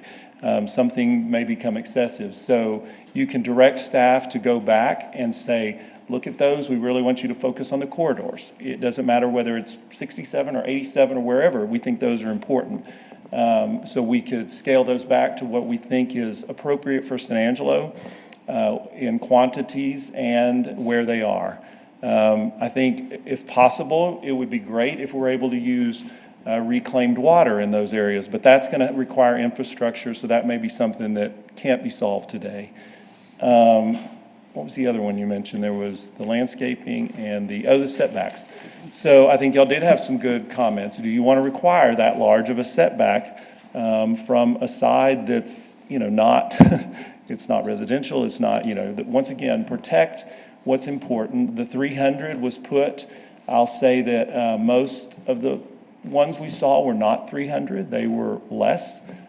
So if you choose to reduce those, I think once again, you have to go for what's San Angelo. I will say that we did talk with the group that is looking at San Angelo currently, went over a lot of this, so we wanted to make sure that, one, we were including them in the discussions. They were very community-minded in trying to make sure that these things protected the citizens. So you won't find anything in here really that they were refusing to do. But once again, you're trying to set a standard that protects San Angelo but doesn't discourage others who may come in. So I'm here to answer any questions y'all may have. We've talked a lot, and some things I may not be able to speak about, but for the most part I will be, so just holler. Great, thank you.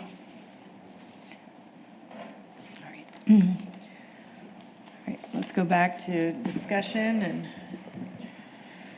I know, Shane, you've got... Yeah, Liz, I don't necessarily disagree. I like, I like some of the standards with noise. I like some of the standards with water. I like the setback being at the building fall zone or the collapse zone. I think those things are important. But then, there's some just ridiculous things in here. Emergency maintenance may occur outside of the stated hours with notification of the Planning and Development Services Director. Power goes out at 2 a.m. Does it really matter if they email you and tell you that they got to run their generators? Or do they just need to do it?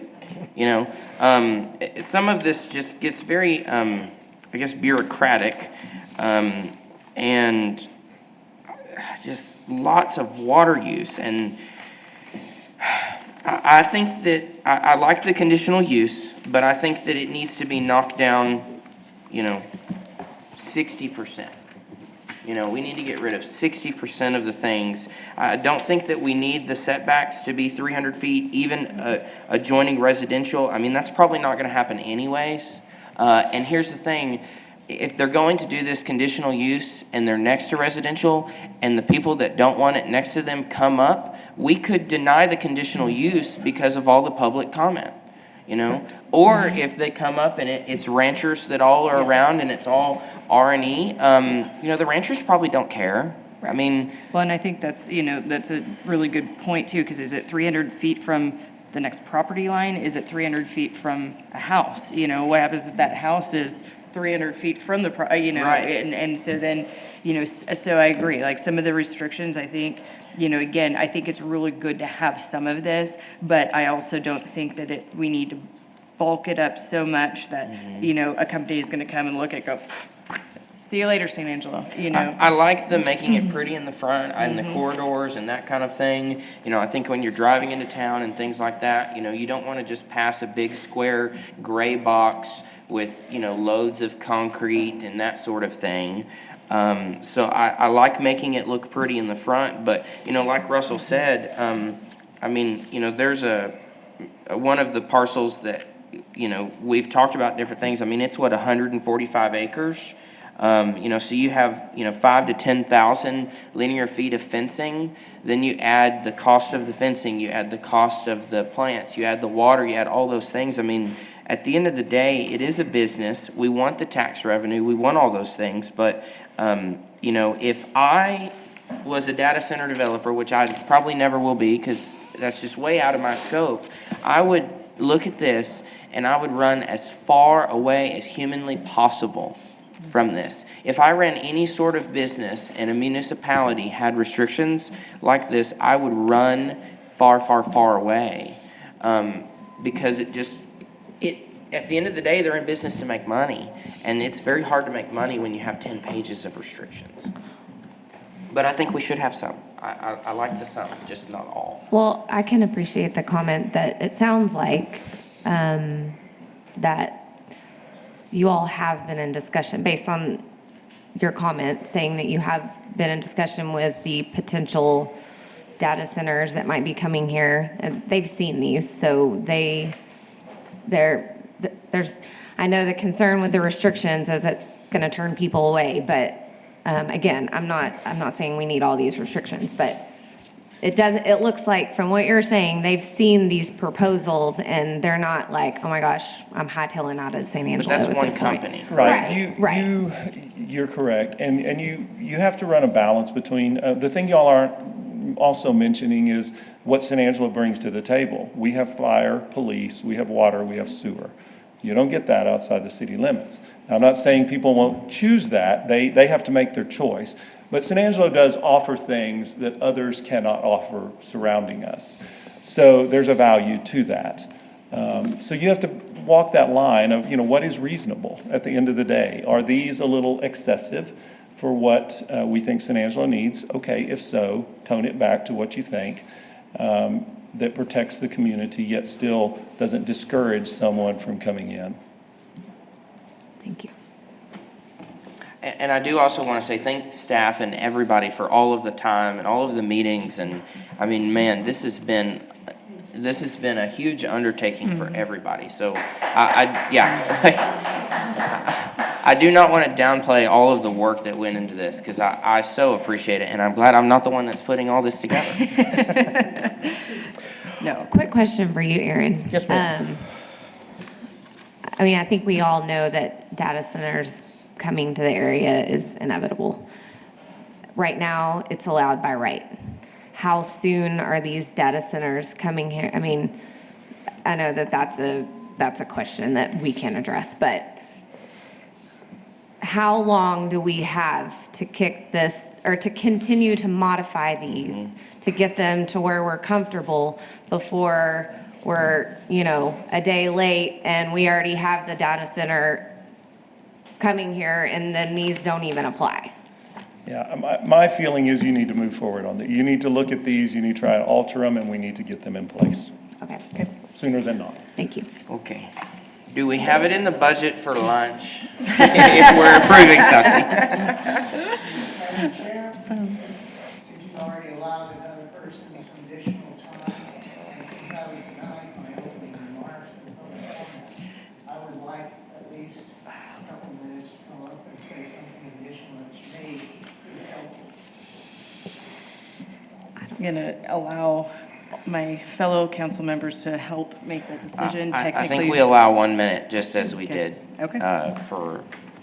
Okay, we have 1 minute, and then we are going to move on to new business. Quickly, we don't need to lose sight of how big this thing is. If you took those buildings that are on there, it would be 61 floor White Houses. And one of the reasons those offsets are there is for noise.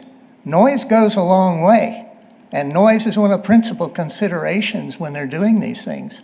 Another thing is, and this is something that may be useful to you, we did not get any of the results of the studies released to us. This data center is being built backwards from a professional viewpoint. You can get a lot of that information from Westwood, but those studies and whatever Westwood has done has only been given to the public, to the council, and not at all to you, except in snippets of what they've done. And they went and talked to a lot of other data centers and got that information. I think you're well within your rights to request to see it. And finally, these regulations that you're looking at are not that odd. Other data centers have to obey them. Thank you, sir. Appreciate it. Thank you. Again. Okay. And on that note, we will close public comment on this item officially. Aaron?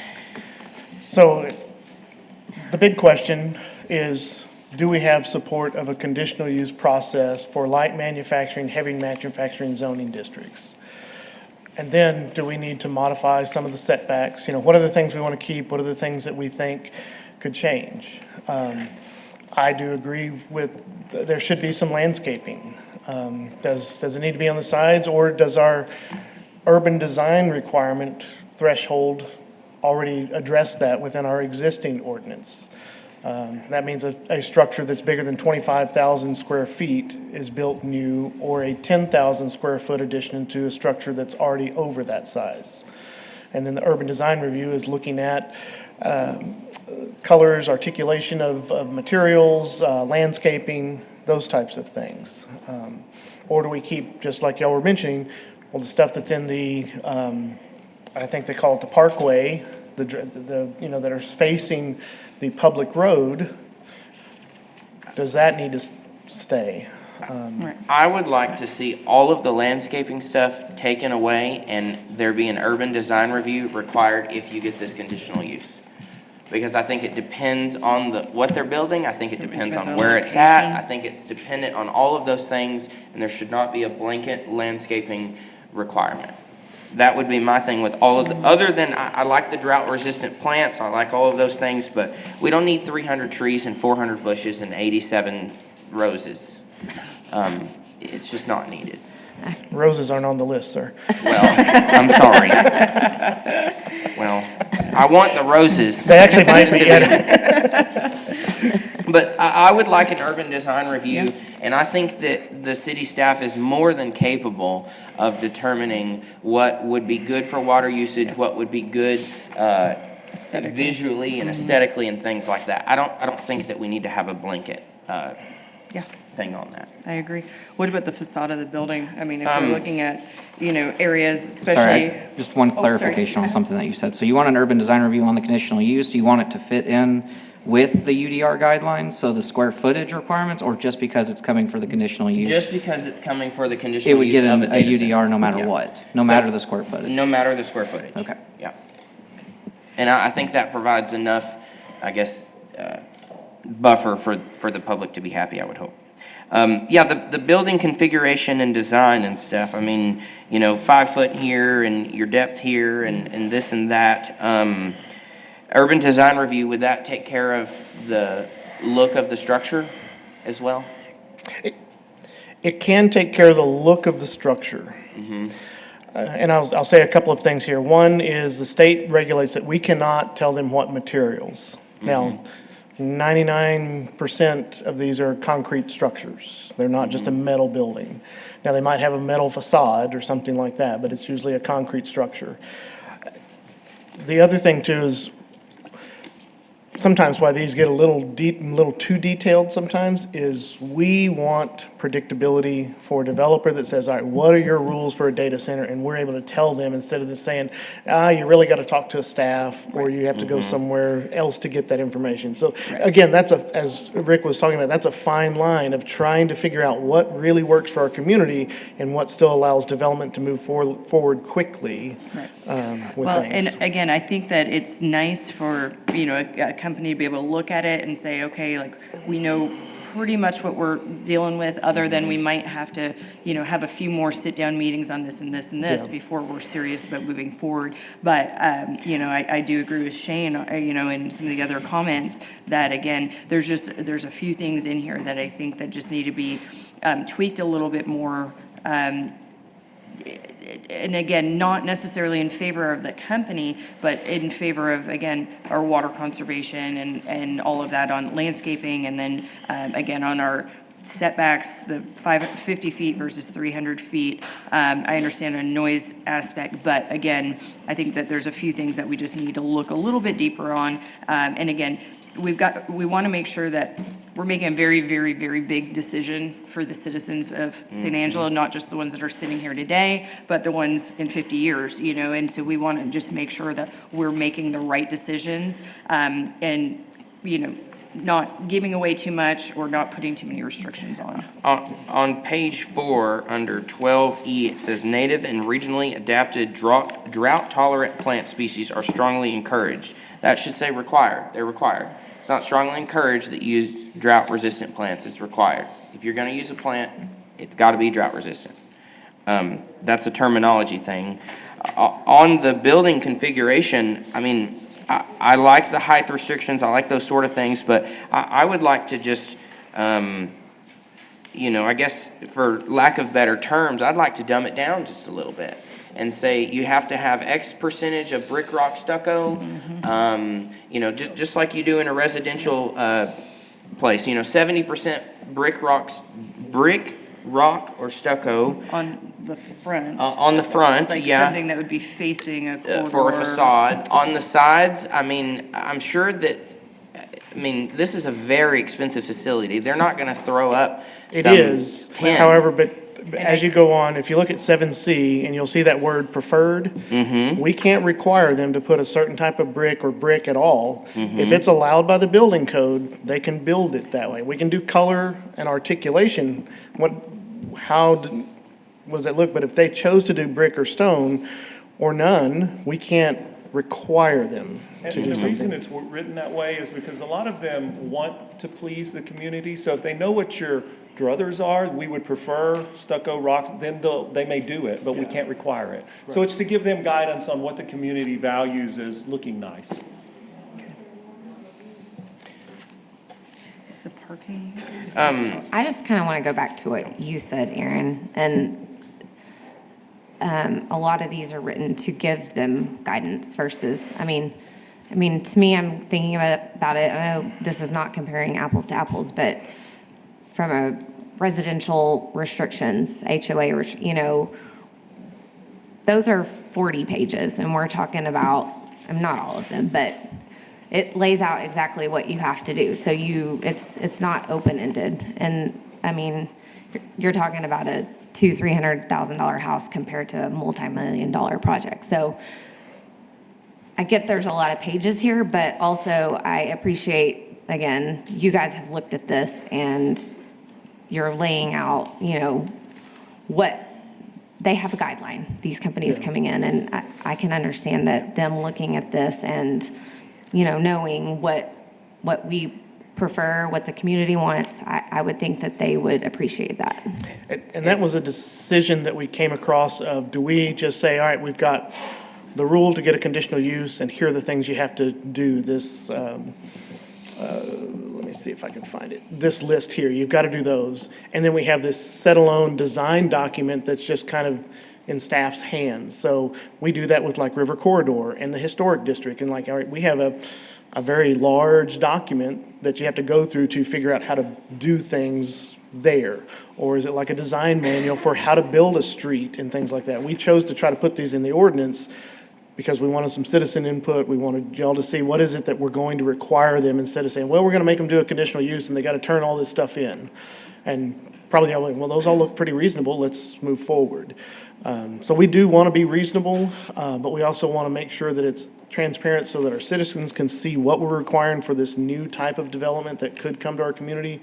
But we also know that we want to continue to attract some of those types of developments to our community. Okay. Any other comments, thoughts, questions from? I guess again, are we, how much of a slap on the wrist are we gonna get if I make a motion to table this? So that way we can dig deeper. I mean, again, I don't wanna kick the can down the road, but, you know, I will say will this- not vote to move as presented. Okay. So we'd have to, I mean, how do we discuss, you know, what we're marking through and what we're not marking through to make a motion? I think that would be something you'd need to specifically say. If you were to make that motion, what exactly do you want staff to bring back? Okay. What is it in here that is just not working? Or is it Well- that we should remove things? I mean, I would be, to me, I mean, I think it's gonna be hard for us to go page by page and mark this up, Yeah. but to me, But that's I what they're think- requesting. no, I realize that. But I think you guys have put a lot of thought and effort into this, I know, and and we don't want to just, I think the landscaping portion, to me, is the unreasonable section here. And I agree with what Shane said, and if we open that up, you know, we get rid of the landscaping requirement and we require whomever is proposing the status center to do what did you call it? Urban design Yes, review. urban design review. I mean, I would be open to just killing the landscaping section, requiring, than- and then keeping everything else. I like the pre-approved plant list because I don't think that's anywhere else in our ordinance, No, it's right? not. So I like No. keeping the list of plants and things. That's good because that should be in there. Goodness. Here on 16I says, you know, if data center operator anticipates that cooling water usage will exceed the allowances in subsection B, yada, yada, yada, yada, you know, in this section, would we have an extra charge? I mean, of course, they're gonna have to pay for their water, but let's say that there's an issue and they're gonna have to refill this closed loop again. Can we say, hey, there's a $10,000 fine on top of the water usage, or a $5,000 fine, or whatever? Can we say something like that? I don't think the zoning ordinance is the appropriate place to put that. And the challenge is it a fee or a fine? Fine's not the way we can go because that's really done through municipal court of a fine. A fee, for us to administratively say, yes, you can have more water. The idea is that they're trying to do their due diligence to not have to recharge this system. That's the idea. And so we've put through a process that, so far, we haven't really found that in too many other ordinances, that you have to go through this process. Most other cities are like, okay, you need the water, buy the water, here you go. At the same time, they have the option to truck water in. They don't have to buy our water. It's advantageous to us if they buy our water, if we have available water.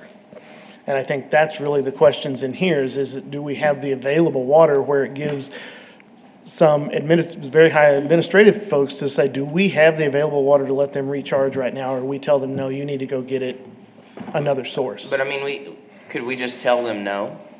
Yes. okay. Is this getting read to like the same presentation as city council, and then in April, we're doing the final vote on everything, or? So If y'all have a recommendation to go to city council, it would go to city council on the 7th of April, and then it would be heard for the final reading on the 21st at their regular meeting, not the joint meeting.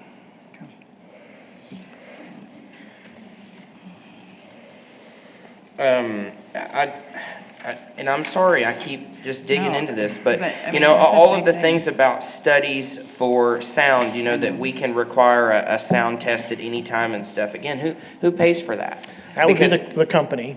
The And they would company? get their own outside expert to come in and do those things. I mean, and Rick can I maybe think talk a they little said bit. that initially, you know, on your stuff that's submitted to you originally. But I think the way it's written is if, you know, you get a planning director who's just requesting one of them every other month then the way it's written is the city shares that cost with them. Because we can't unreasonably. Was that in these I'm documents, or? pretty sure it is. If it's not, it That's needs not to be. how I read that. Yeah, we can. Yeah.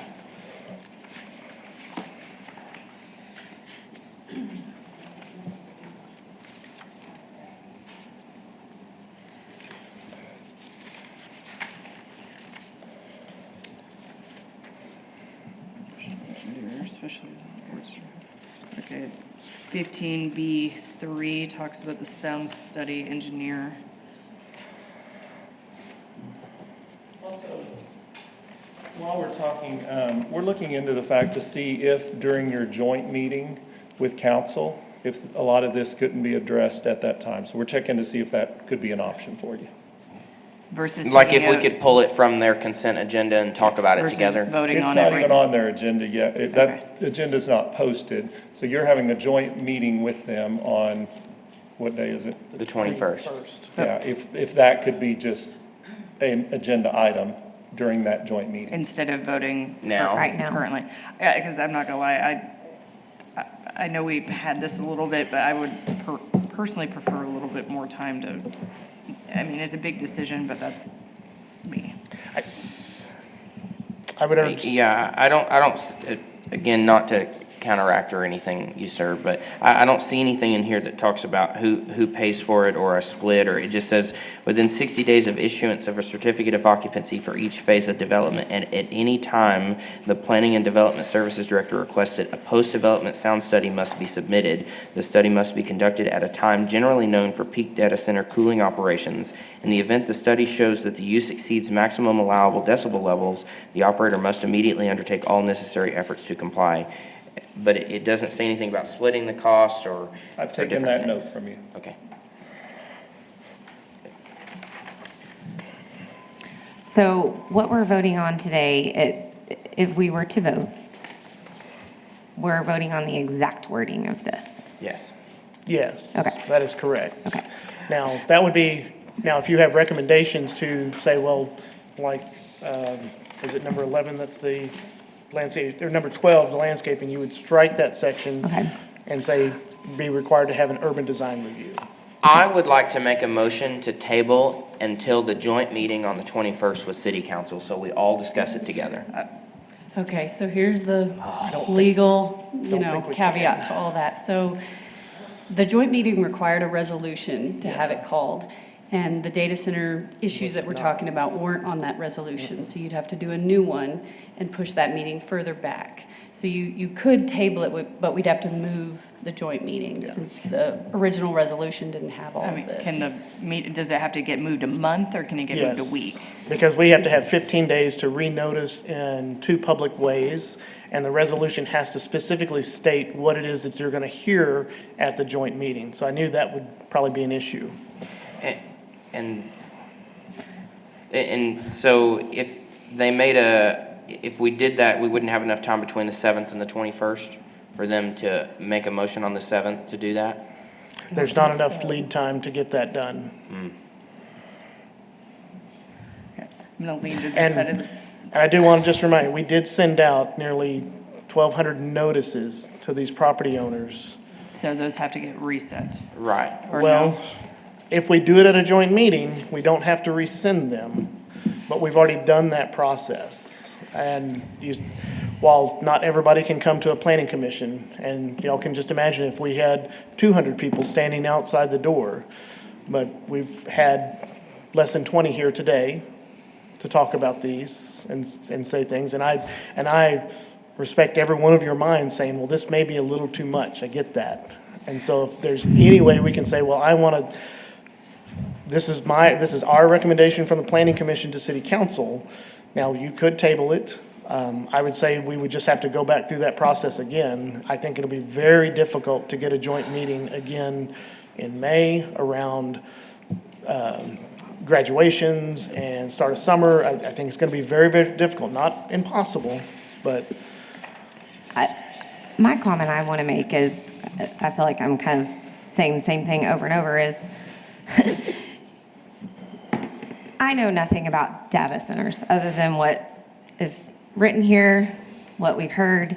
I don't know about sound testing. I don't know about constructing a data center.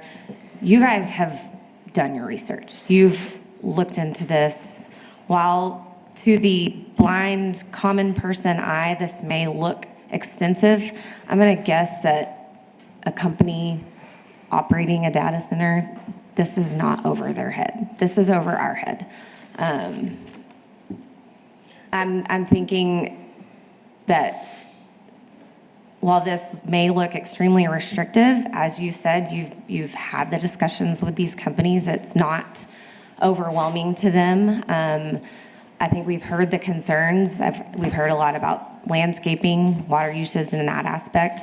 I 100% agree with that. I think the landscaping restrictions are overbearing, but I don't think, in my opinion, I can't pick apart what y'all have done here because you've done the research, and I am willing to defer to you as well as listening to the citizens, what their concerns are. And the few concerns I've heard today, it's the landscaping. So let's take that off of here. I'm going to defer to y'all what you've written here. And I mean, I don't know how kicking the can down the road and picking apart each and every little provision is really going to do any good. I'm going to play devil's advocate and say the same thing, other than I don't want to make an uninformed decision, and I feel like we're not informed enough to make a decision. Now, in saying that means the data center can come in tomorrow because we're kicking the can down the road, because it's up to them. But I do not feel comfortable putting into law things that I do not fully understand. And I understand that y'all have done a lot of research, and I so appreciate that. And I know that there's all kinds of rules and things for the time limits for how you have to get these things to us, but I won't put my name and say yes on something that's just I'm blind to, and I'm sorry. I think what y'all may want to do is push this to your next meeting.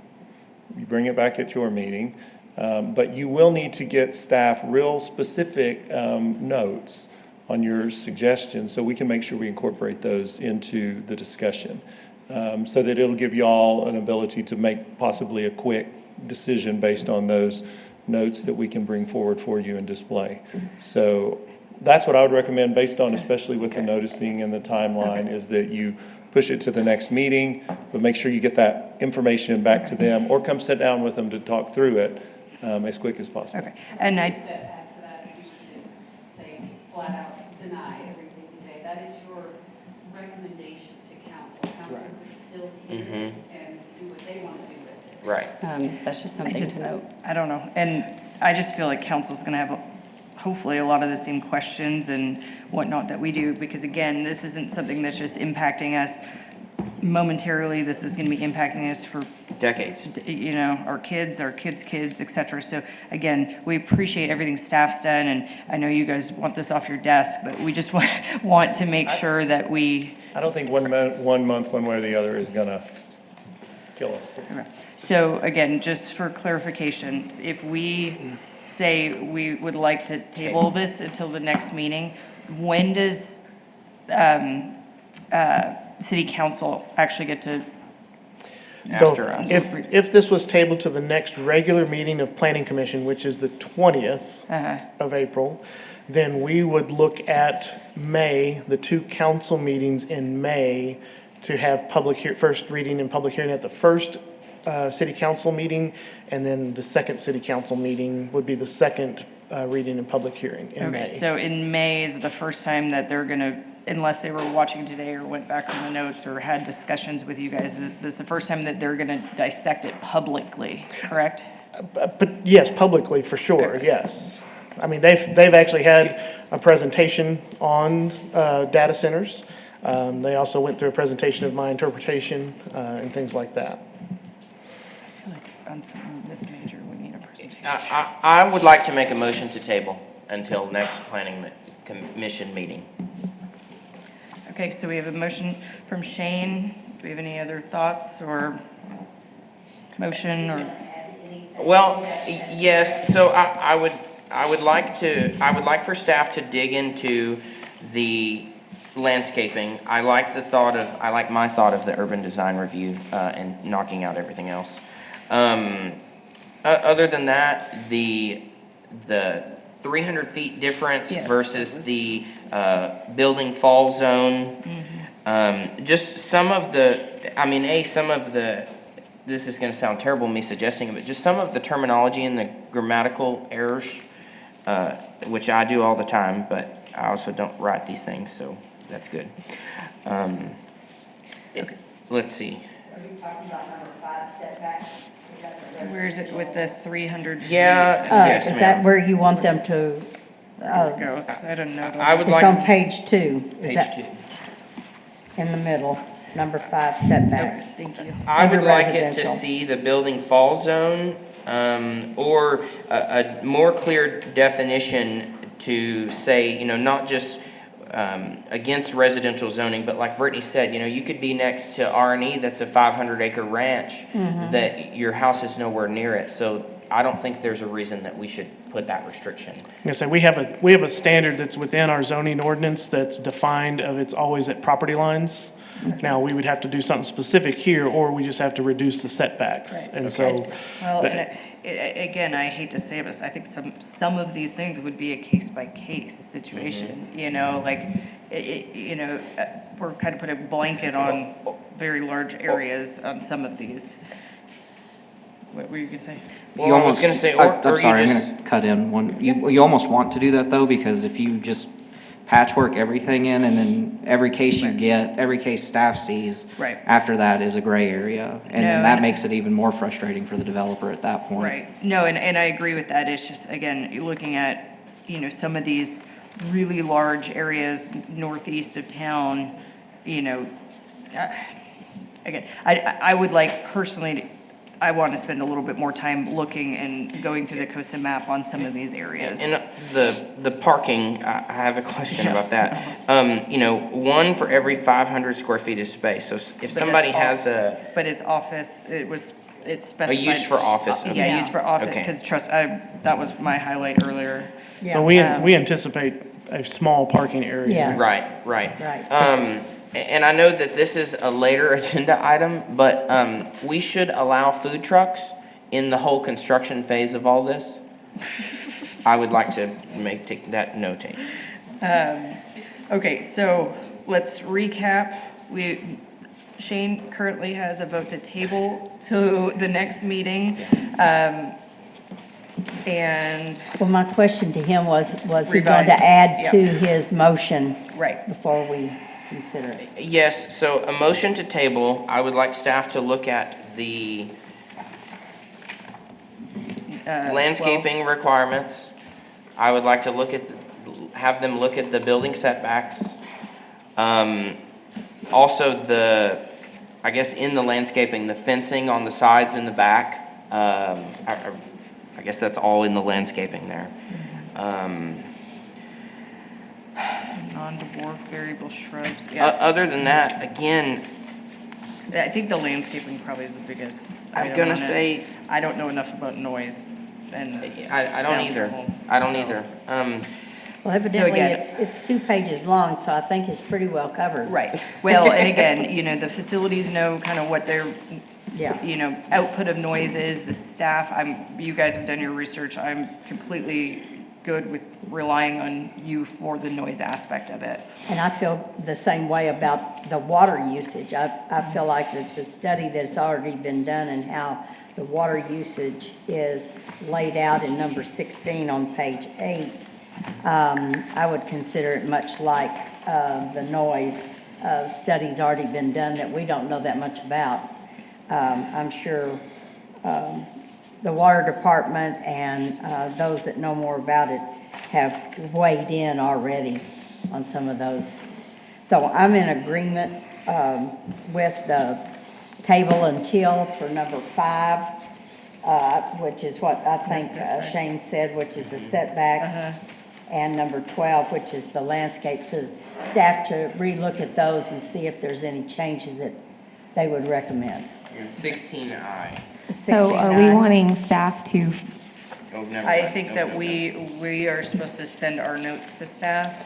And again, just to make sure that we're not breaking any rules, if we have a joint email going to staff with thoughts on it, is that allowed? Is that not?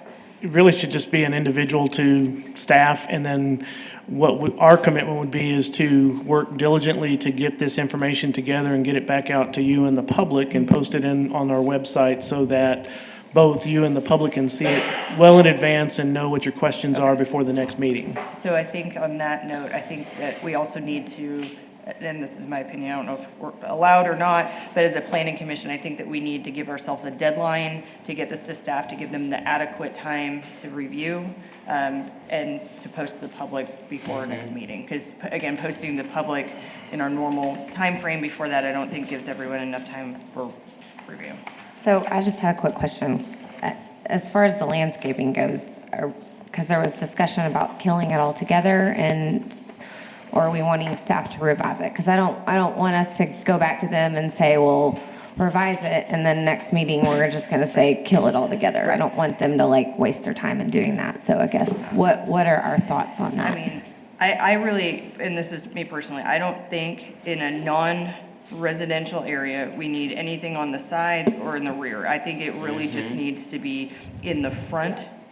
And I mean, and again, like, this is part of our job sitting here is, can we, if we're all in agreements on that, can we move forward on that item? Yes. And just say, you know what, we all agree that it's, is that what the 25-foot parkway setback standard is?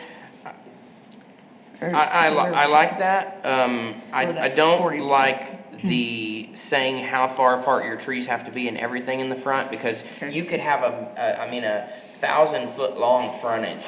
Yeah. Which is still adding a lot of landscaping. Okay, so with that being said, question to staff is, if we take out basically all the landscaping other than stating landscaping is required within the front XYZ feet, especially in major thoroughfare areas or anything like that, but that decision is made by the Urban Design Review Board, does that just blanket us, and can we move forward on landscaping? There is no board that reviews that. It is city staff. Okay. And the short answer is yes, but I can hear Russell Gully talking to my ear that leaves it to staff to decide your planting distances and things. And that's the reason why they're in there, is for uniformity, so that it's going to look consistent.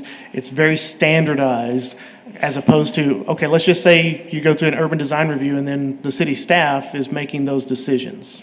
Well, And it's for the developer looking for some Right. basic, it's not left up to someone to decide. So why don't you let us look at the landscaping? Okay. I think what we'll still try to do is mainly those entrances, but you may want, in my opinion, and I'm all about the water and I grew up in West Texas, but you may want some trees around the perimeter, maybe not as thick, but just to give it a little break from your neighbors. A tree, especially if you plant the right type, that are not, you don't have to water all the time when they get established, live oaks, those kind of things. So let us look at that and see if we can get your intent. Okay, so I think, and this is my opinion on, just so we have direction for staff, 12 landscaping, A2, the side and rear landscape, I would just say that, personally, I would take that part out. I think we'll bring back a landscape plan that takes in y'all's intent. Okay, And so we'll. let's move on. So we had a motion by Shane, and then Candy, you basically were in the midst of If it was second. setbacks and. Which is 5. landscape. And then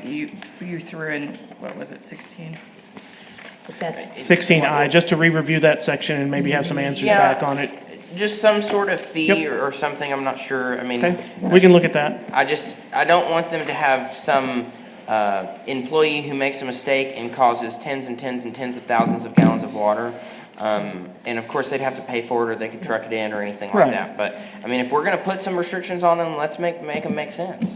Okay, we'll look at that. And then, okay, so we've got a motion and a second. I am gonna ask, are we trying to put I guess with those three, never mind, forget my next comment. So, motion and a second, all in favor of tabling with rediscussion on number 5, which is setbacks, number 12, which is landscape, and number 16, which is water usage. Okay, all in favor? Aye. Aye. Okay. Aye. All right, so that was 6-0 on table. Whew. Thank you, y'all so everyone much. that showed up for public comment. We really do appreciate the input from the citizens. Chairwoman, do you want to go keep moving forward or take a 10-minute break? I would love to use the restroom. Yes, if we could just take, I don't even know if we need 10 minutes. I think 5 is adequate. If we can do a 5-minute break. So be back at 11:36. How much more do we have to do?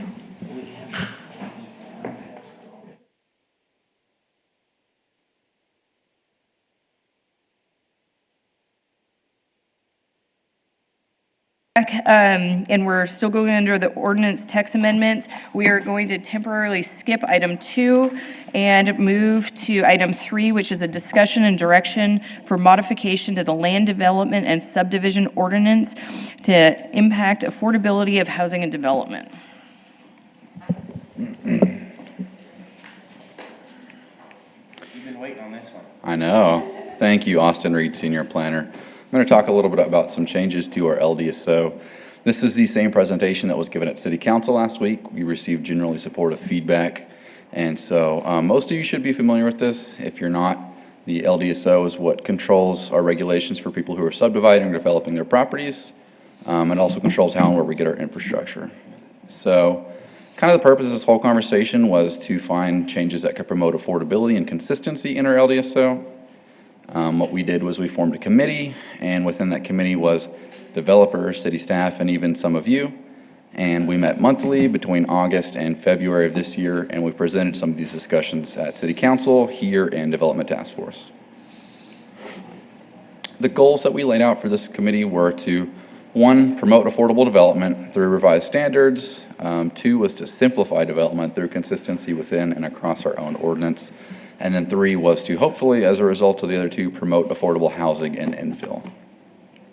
More specifically, this was just kind of our approach. We started by identifying items within the LDSO that were outdated or incompatible. Number 2, we tried to research solutions to those issues by consulting with our committee and other communities as well. And then finally, we were drafting amendments and bringing them here and to City Council, and that's where we are today.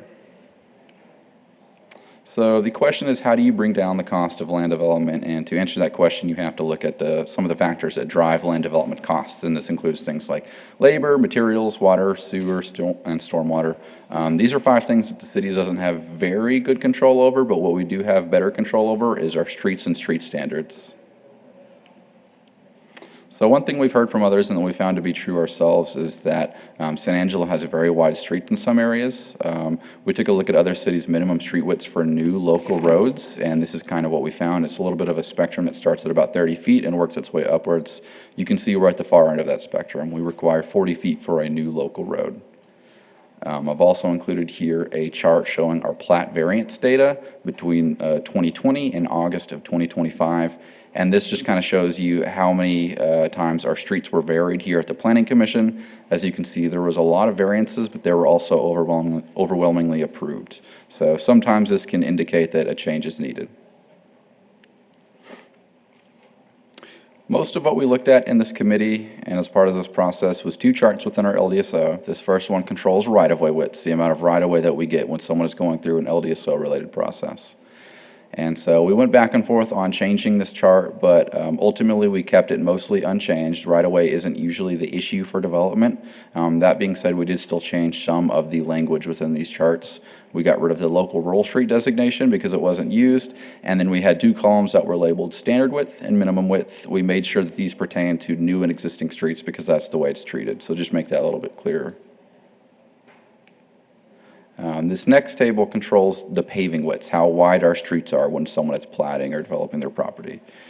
And so we have again cleared up that language on the columns. Local streets, you can see it was that 40 feet before or 36 feet for with the sidewalk being required. We've come through and just made that a flat 36 feet with no sidewalk required. For an existing local road, it is that 26 feet minimum, and that is still staying true in many places, but specifically within the city's designated infill area as a way to promote infill, they're allowed to remain as little as 20 feet. In no circumstances, though, should a variance for anything allow a feet less than 20 feet. We've kind of given new minor collector streets the same treatment as new local streets, whereas before it was 48 feet or 40 feet with the sidewalk, now it can just be the flat 40 feet. The upper road classifications we found to be pretty consistent with other cities and didn't really need changing. One last thing on this was the sidewalks. There was some confusion about where and how sidewalks are being required, so we wanted to clear some of that up.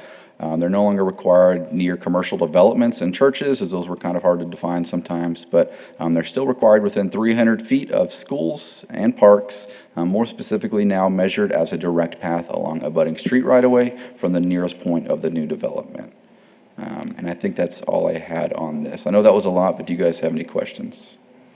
And just to clarify on that sidewalk item, that's talking about in residential areas that it's been very challenging for home builders to understand if they're down the block from a commercial district, do I need to put a sidewalk in or not? And we've gone back and forth and done lots and lots of waivers, and it just seems like commercial development and churches are the 2 things that are the sticking points, and so we're just striking those from the ordinance. Do you have that diagram that at one point was presented to give an example of that measured as a direct path of budding street right away from the nearest point of new development? I don't have it within this presentation. I apologize. I put this together when our system was still down. I actually wanted to grab that, and I forgot to put it in. But we can have that when this is being considered actually to adopt. Right now, this is just a discussion item, so. Thank you. I mean, I've seen it, but it would be good for them to see. Yeah. Okay, any other questions or anything? Are we doing, nope. You're good. Are we doing any public comment on this one? Yes. You guys be nice to us. We are going to start with Russell Villey. I'm good. You're good? Okay. Rocky Temple?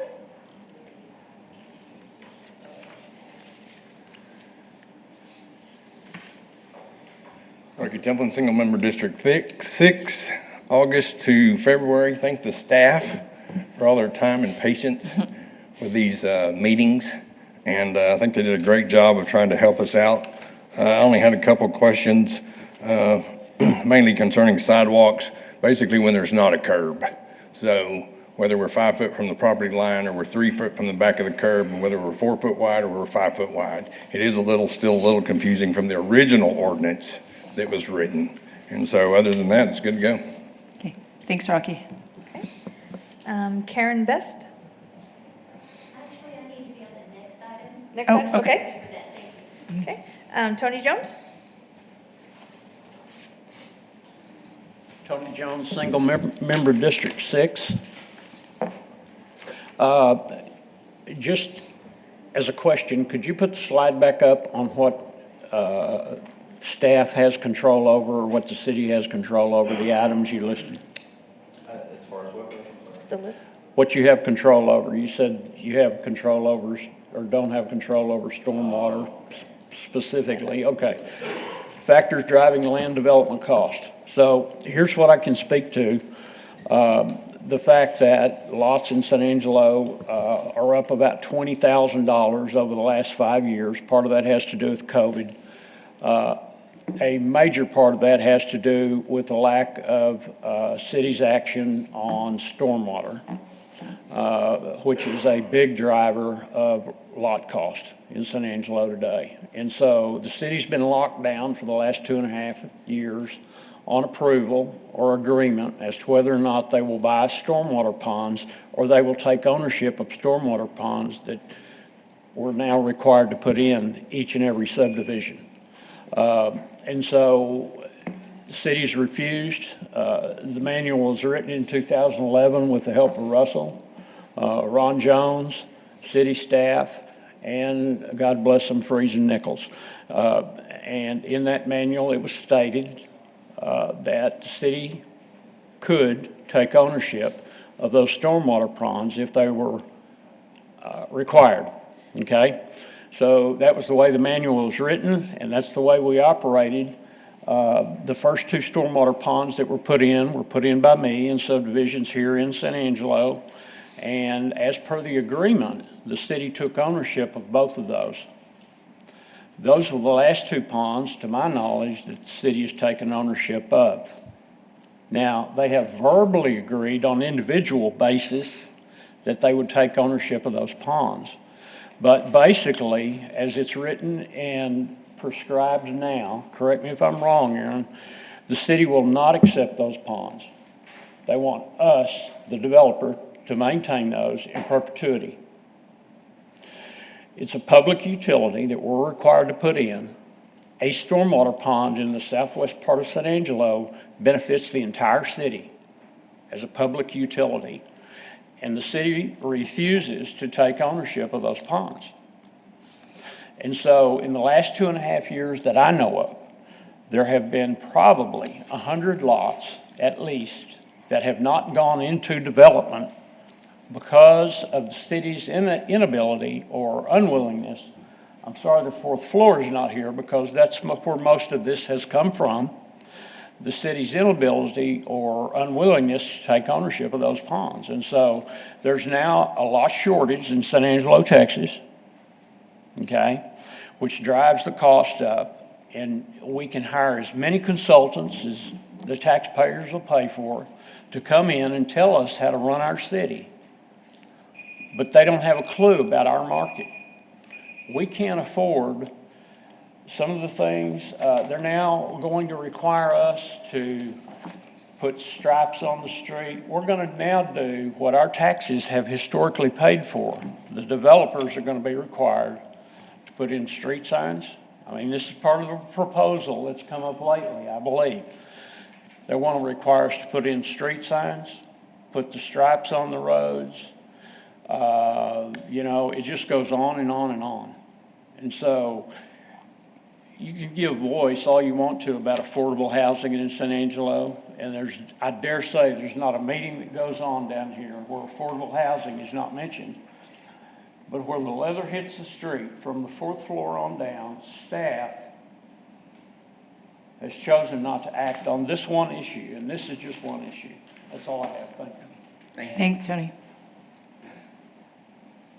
Okay. Any other public? I'm an Australian, don't know where I go. Thank you for your time. Thanks, Tony. Ray, do we have any more? Do we have any other public comment? Okay. All right. We'll go ahead and close public comment and open up for questions or discussion. Yes. So kind of speaking on what Tony just said, it came to my knowledge that there was some talk about developers that, you know, I guess certain city staff or representatives were trying to put the cost of street signs on developers. I don't know if y'all watched the last city council meeting, but, and, you know, correct me if I'm wrong, but I think that we spent about $8,000 on street signs. They're trying to put that cost on developers, as well as striping, as well as, I think that streetlights were mentioned as well in new developments. I think all of that is a no. I don't think that developers should be required to do that. I think that signs, I mean, that's just a cost of being a city. I'm sorry, it's not that expensive. I think that streetlights are a great thought, but, we're talking about affordable housing and doing things. I think that if the city of San Angelo would like streetlights in new developments, I think that we should get together and get some sort of grant, pass a bond, change the budget, whatever that looks like. But that is a massive ongoing maintenance cost, and it would be a massive cost to developers that makes no sense. And striping as well. That's not on the developer's responsibility. That should be a city responsibility. Well, and again, unless it's a major minor collector, I mean, no, residential streets aren't required or aren't currently marked. So going forward, I just don't see that being a big deal, But other than that, I like what the LDSO committee has put together. I like the definitions of existing street versus new street versus standard, and I agree. That was very confusing for no reason. But other than that, I really like what they've done with this. So is there clarification regarding what Rocky had mentioned with the sidewalk without curb? I can look into that. I know what section he's referring to. Basically, it's more clarification of when a developer needs to put it in, well, not when, but really where it needs to be placed if there's not curb. So I think we can clarify that in a final draft. As far as an update on the other items that were presented to City Council by Operations Director Patrick Farrick, at this time, those items are not moving forward. The feedback from council was that while maybe a good idea, it's just not the right time. And I think that had to do around affordable housing or trying to control the costs of housing in some way. Even with the streets, that is one area that the city can, and I guess the word is maybe compromise on how much it costs, particularly in the future for long-term maintenance. If you've got a 40-foot road compared to a 36-foot road, your maintenance in the future is more costly. It's still going to cost the developer to put that in, but if we can allow them to put in a narrower street, then maybe that's more helpful. But again, we live in West Texas. We like to drive big vehicles. We like to use on-street parking, and so that can, but then that means our property taxes are going to stay high because we decided to say, okay, we want big parking and maintenance is going to cost. We just have to be mindful of those things when we make those decisions. I do understand Mr. Jones's comments about stormwater. They've been asking through the Development Task Force numerous times. They allow myself and our building official to come to the local HBA board meetings, and often, not every time, but often that question comes up is, has there been any movement on those? I know our team that's over that has been doing a rate study. But there is a need for a regional stormwater plan for the city and for the city to work on being able to take over those areas. But again, that takes maintenance money to do those things. And so again, that's with our comprehensive plan coming up of looking at what our capital improvement projects are. I think those are things that have to be addressed in those studies to say this is where we're going to go as a community. Because we can't keep leaving things out. We can't keep leaving lots not being built just because we're not being able to take forward on some certain items. So. Thank you, Aaron. All right. Okay, so we're going to go to item number 4, and then we'll jump back to item number 2. This is regarding discussion and direction for modifications to the zoning ordinance, allowing for additional residential zoning districts impacting affordable housing. All right, I'm going to say good afternoon. I got 4 minutes till noon, but I'm going to say good afternoon. It's been a long morning. So Ray Lineberry, lead planner. We have worked together with a committee. The purpose of doing this is we have heard from builders that in order to make affordable housing, some of our restrictions need to be different. Smaller lot sizes would help. They named a bunch of things. So we formed a committee, and the purpose was to do greater flexibility and support housing development. So this is our normal chart that staff looks at, depending on what zoning you're in, on what you're able to build. There's a lot of red lines that I know is going to be confusing. I'm going to provide a clean copy when we actually have the joint meeting so you can see the difference.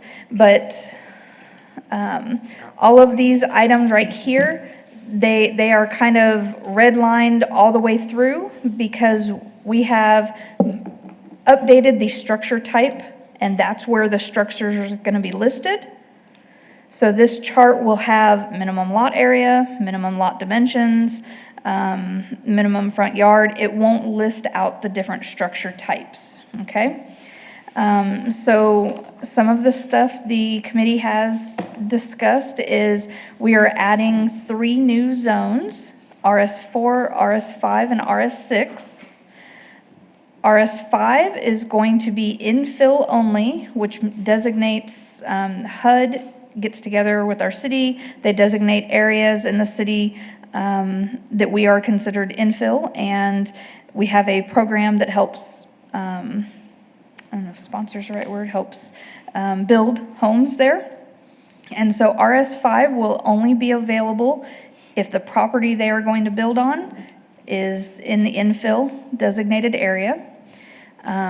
RS6 is really there. So one of the things staff looked at was our RM1 zoning. That is supposed to be a multifamily zoning. If you kind of notice, it looks like it's a catch-all. You could do single family, you could do duplex, townhouses. It is a kind of a catch-all. So we took everything out of there except for multifamily, which includes townhouses and twin homes, and then multifamily. And we kind of made RS6 to have triplexes and quadruplexes. And then we have RS4, which is very similar to RS1 and I believe RS2. And it's going to be single-family homes, but a smaller lot. So I'm going to go to some pictures here to help me with this. So right now, single-family homes are 50 foot by 100. We have created RS4 to be a 35-foot width. We have taken out the depth, because if you have a width and a square footage, then the depth really, it was making it difficult for staff. We have some variances because they meet the square footage and the width, but not the depth. So we took that out. Go back. So RS4 will have a minimum lot area of 3,000 feet with a max of 5,500. Again, the lot width will be 35 feet. Side yard setbacks will be 5 feet.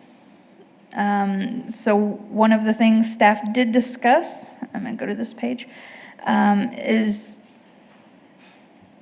not that page. Oh, I don't have, okay, in your documentation, you will see that, where is it at? So front yard setback, it has a number 2.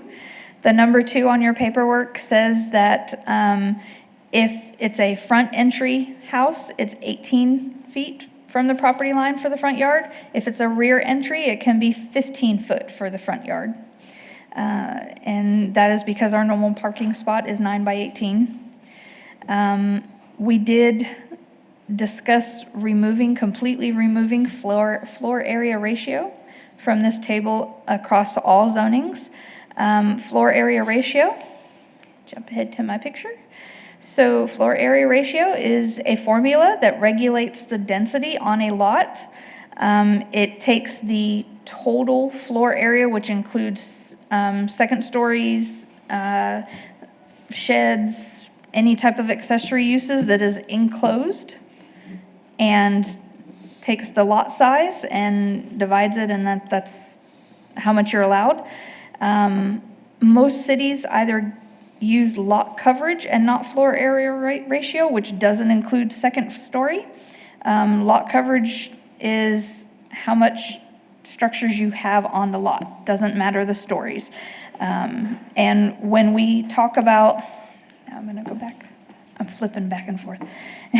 When we talk about square footage and lot size and setbacks, we have already some green space there. So floor area ratio didn't seem necessary anymore. So we are talking about getting away from that. We do have a maximum height, a maximum story in each zoning. Trying to think if there's anything else that I left out. So the structure types, we did add industrialized house to this list. It is red, so I have another picture for that. So industrialized house, what that means is it has to meet local and state codes. It may be built off-site and brought in to either be put together in pieces or completed, but it does meet state and local codes, and it is on a permanent foundation. A manufactured house has to meet natural HUD codes, and they usually use piers or chassis foundation. And also, when speaking to most realtors and the appraisal district, when they look at industrial or modular houses, they are appraised the same way a stick-built house is appraised. A manufactured house has special forms. They have to have a physical inspection of conditions. So staff feels that, and the committee also was in favor of adding industrialized housing as a allowed structure in all zonings.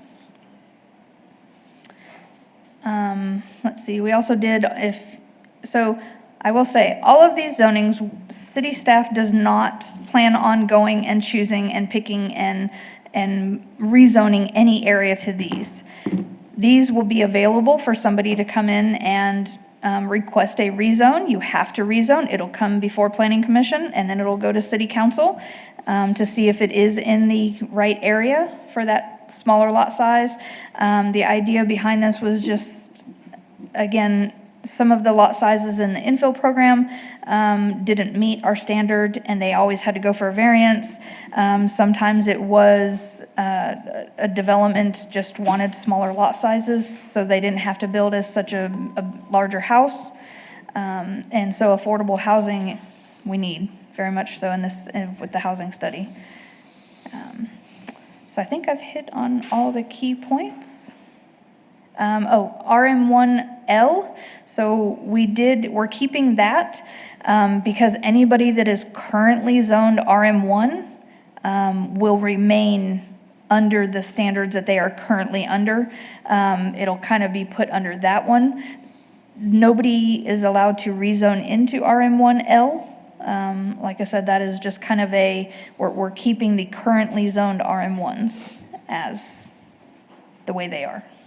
And then the new RM1, again, we removed a lot of the single-family home, the duplex, the zero lot line. We kept it as multifamily. You guys have any questions or thoughts on how we're doing so far? I think we'd like public comment, and then I have comments, of course. Okay. We will open up for public comment.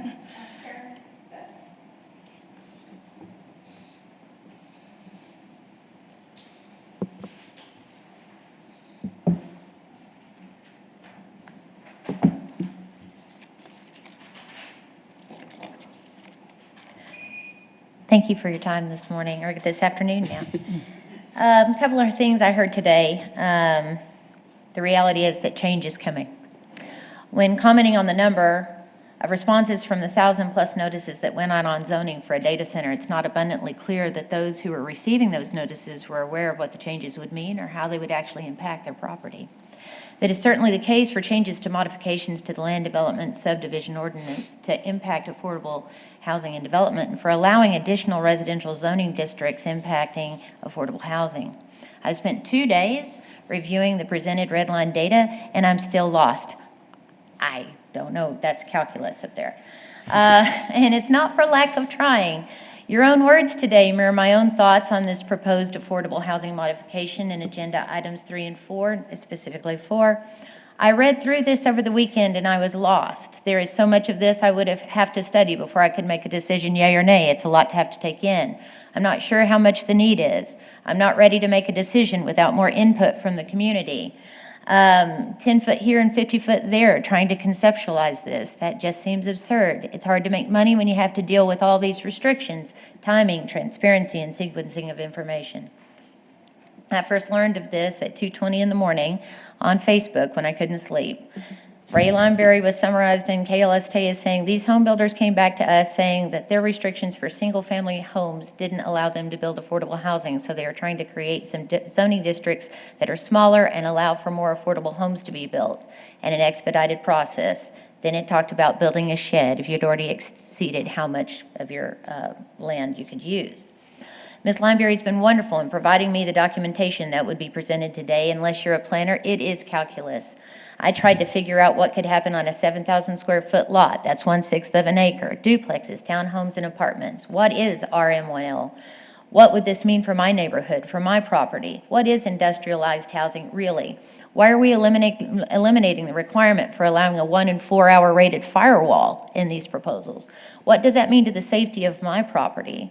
Some of the changes that appear to put multifamily within 5 feet of each side of my home. What is an infill designated area? In speaking with Ms. Limeberry, these changes are more than Bubba building a shed in the backyard. It is in anticipation of the influx of data center construction workers. And this, she has verified. This is our problem, Sanangelo's problem. It's Abilene's problem too. And y'all probably read Time Magazine's article last month on that very issue. Before the data center, the city faced a housing shortage of about 5,600 units. Now virtually all of the city's motels, even the seedy ones, are full. You have people who are working at the data center living in their cars, okay? And those who hold affordable housing vouchers can't find housing, and they're being encouraged by the city of Abilene to go elsewhere. Anyway, just a moment to finish this. We need affordable housing, but it doesn't mean cheap crisis devastation to our neighborhoods. And at some point, the public needs to be told straight up what is being proposed for their neighborhoods, and that requires more than an ambiguous description on an agenda. Thank you very much. Thank you, Karen. Russell Gully?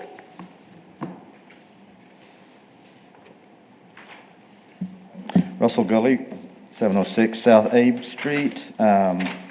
Really just want to catch a few things, and I've had calculus. This is not calculus. This is math. This is addition, subtraction, and division for the most part, so it is not calculus. Really what we're looking at doing is adding some additional zoning districts to allow for flexibility. There is a housing need in San Angelo. We are not going back and changing and impacting existing nice neighborhoods and changing them. We're allowing and creating additional zoning districts to help fill a need. And this was discussed prior to this whole data center. This is not a reaction to the data center. This is a reaction to a housing need. So a couple of things that I kind of really wanted to touch on. One of the things that we're losing that a lot of developers like to use and rely on is RM1 as kind of a catch-all zoning district that where they don't know exactly what they want to do.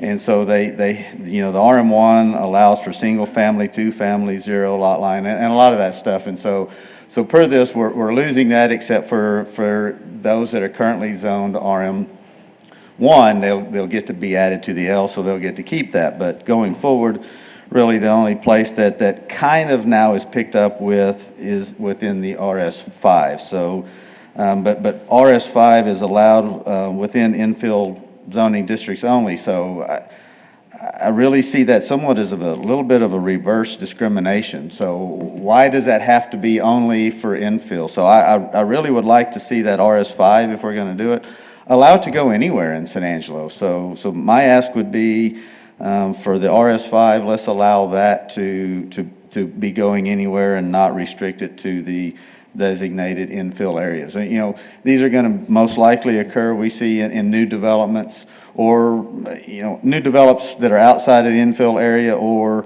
infill in these designated areas. So to kind of be a new catch-all of sorts, I would like to see that RS5 drop that within the designated infill areas only. Other than that, it's been great to work with staff and the other builders and developers through this. Also then, we've talked about, I made a comment on adding triplex and quadplex to the RM1 zoning districts, because those, you put enough of them together, they're going to look like a lot of these multifamilies, the single-story ones that Tigris had done over in the Bentwood area. You know, yeah, they're an eightplex, but there could be some triplex and quadplex within those. So it just allows some flexibility of build type, especially for the multifamily. So I guess I'd like to drop that in there as well. And thank you for considering this and staying late through lunch. Thank you, Russell.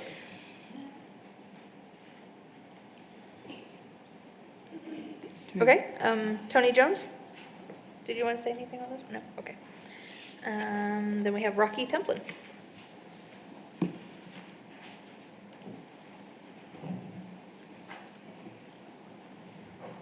Like Ray said, good afternoon, Rocky Templin, single member District 6.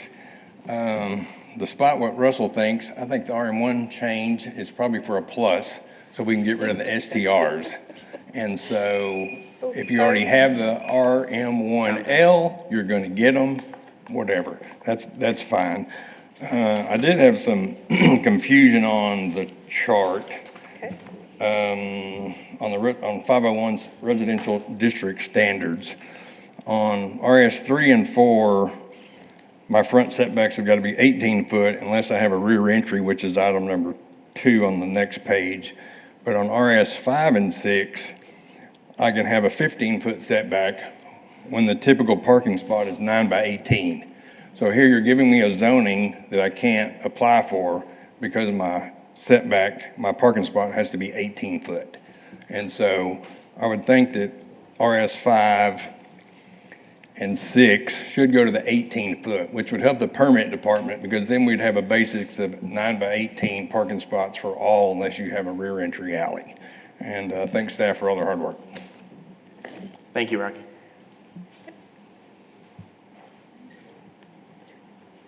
So yes, staff did hear that comment also, and we are considering bringing the number 2 to also be under RS5 and RS6. Any other public comment? No, that was it. Okay, so close public comment, and then any questions for, I know, Candy, it sounded like you had. I'm not really sure what my question is now. That was, my question, I think, was for Russell. You said something about RS5 could be anywhere. Is that what you said? No. He's asking Okay. for it to be anywhere instead of just Oh, I see. designated to the infill. Okay. Just misunderstood you. Thank you. So I have a lot of comments on this. So I was part of this, I guess, task force or team or whatnot, whatever we called it, that talked about this. And we met a lot, and we cussed, and we discussed. And so a few of my comments, I agree with Russell. The RM1 should have triplex and quadplex in it, because I feel like those are more multifamily than they are just residential. I think that the RS5 is good, having it in the infill. We went back and forth on that a lot.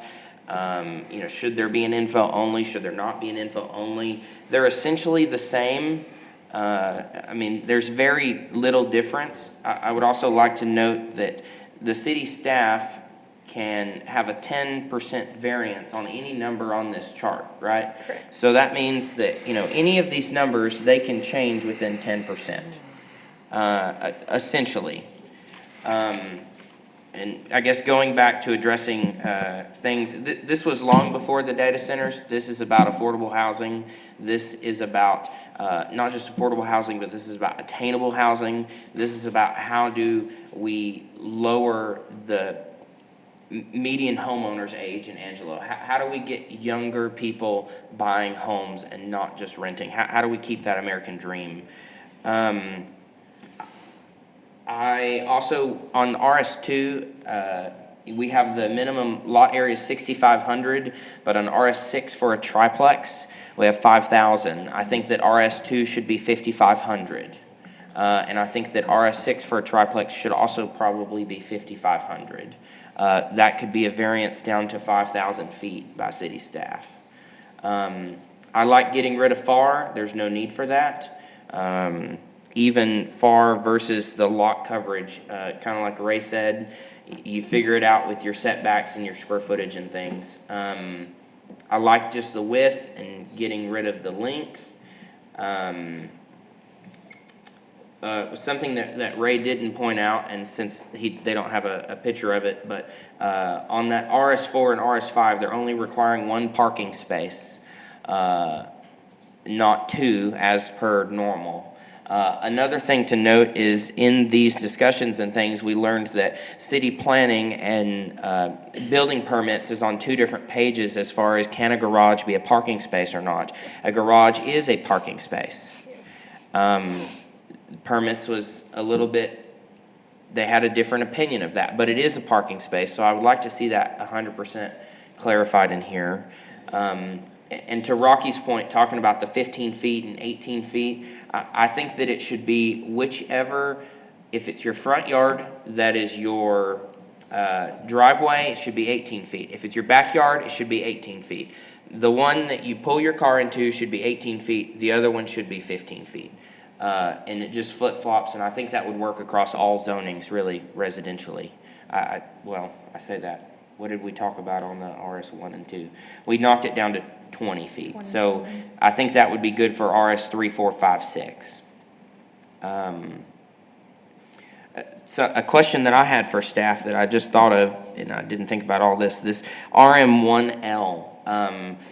Everything that's currently RM1 will essentially move over and get rezoned RM1L, correct? So will you have to send Yes. notices out to everybody to say, hey, this is technically changed, but what you can and can't do has not changed?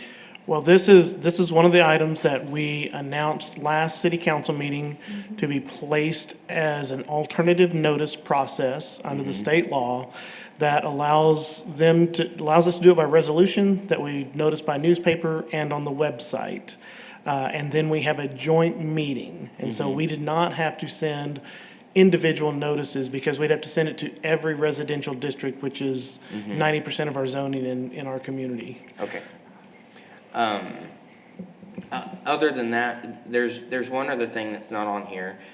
We talk about the industrialized housing.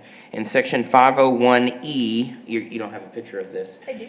Oh, 501E5? You knocked out 5. Okay. All of this should go away. So industrialized housing is essentially a house that is built off-site or a home that is built in sections, like I think it's Boxable is a company that does it. We talk about this industrialized housing because I think that's the way that building is going to go in the future. We're going to get away from on-site stick frame, and we're going to get into, you're going to buy a package and put it together. And these things are really nice, a lot of them. So this section 501E5 talks about value, and it makes you do a calculation for value if you can have this or not. Value has nothing to do with zoning.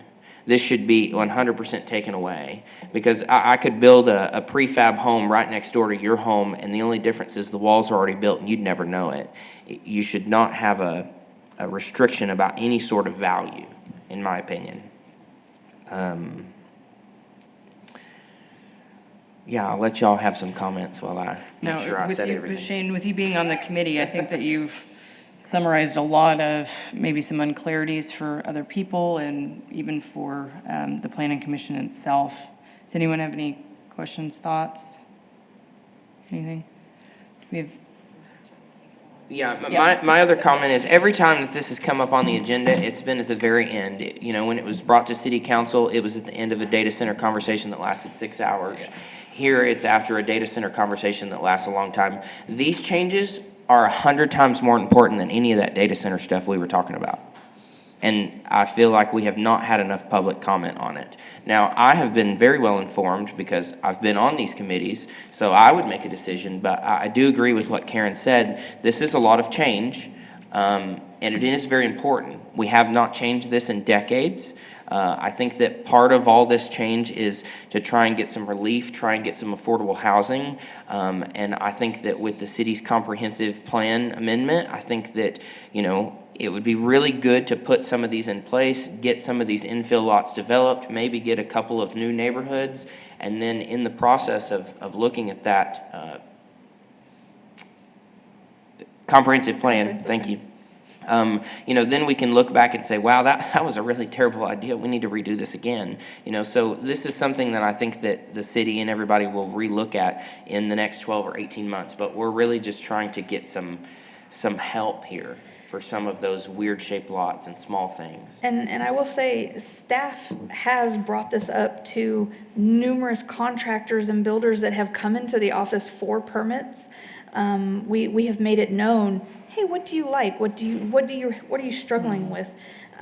So there are at least contractors and builders and people that have come into the office. They are aware also to try to spread the word. Okay. Ray, did you talk with, on this industrialized construction, did you talk with Tyler at the appraisal district? Or an appraiser? I did, not Tyler, but I did talk to, it was a lady, and I don't have her name here.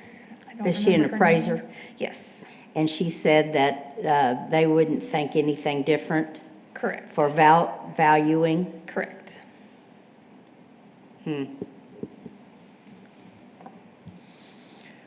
Okay. Other than that, I mean, I like it. I have some comments, and I'll make sure to email those over to y'all that I would like to see in the draft. And I would also like to say, this also looks so confusing because as a committee, we decided to completely change the whole graph. We decided to have two separate graphs and have two separate things that you kind of look at, so that way it standardizes it. So yes, there's a lot of red, there's a lot of change, but really, we only changed a few things. It just looks like a lot because we moved it from this place to this place. So I think that when that final presentation is put together, it will all make sense. But very important. Okay. Thank you. Okay, we will close item 4 and move back to item 2, which is the discussion and direction for modification to the mobile food unit, section 419 of the zone ordinance. Hi, Aaron Vanoy, Director of Planning and Development Services. We had mobile food units come to us and say, the zoning ordinance that was created about 7-8 years ago is restricting us. That was not the idea. And so we've looked at some items to try to change. It's also trying to meet a state regulation that's coming up at the end of June. The state has said the local jurisdictions in the state of Texas will no longer issue a food permit to mobile food units. They get them from the state. And so there will be very limited interaction between the city and mobile food units.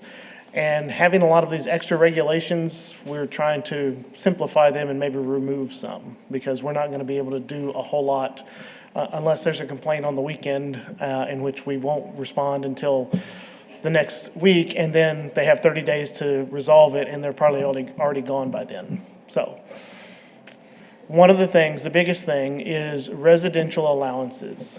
Right now, there's a pretty strong restriction to allow mobile food units to go into residential areas except for ice cream trucks and snow cone trucks. What we have found since the 7 and 8 years is that restaurants still cater in residential areas. They just don't take a mobile food truck. And so you're excluding mobile food trucks from having everything set up and ready on site. And restaurants are still able to go and cater in a private home and do a birthday party, a graduation, a family reunion. And so they just really want to level the playing field. If it's on a private site, it would be 6 hours in a 24-hour period. They'd have to meet all the noise requirements, the lighting requirements that are in our residential districts. We would allow them on a site up to 3 times a year. And so if you have 3 kids, you get to have 3 mobile food units at each one of your birthday parties. And other than that, if you're the dad, you're too bad. You don't get a mobile food unit. So you're out of luck. The other options we looked at is just allowing them by right or allowing them maybe more times per year. At City Council, when they heard this, we started discussing parks, and I'm going to propose something different for parks areas, but most of our park areas are zoned residential. And so that makes sense that they're able to go and service folks at parks if they chose to, and things like that.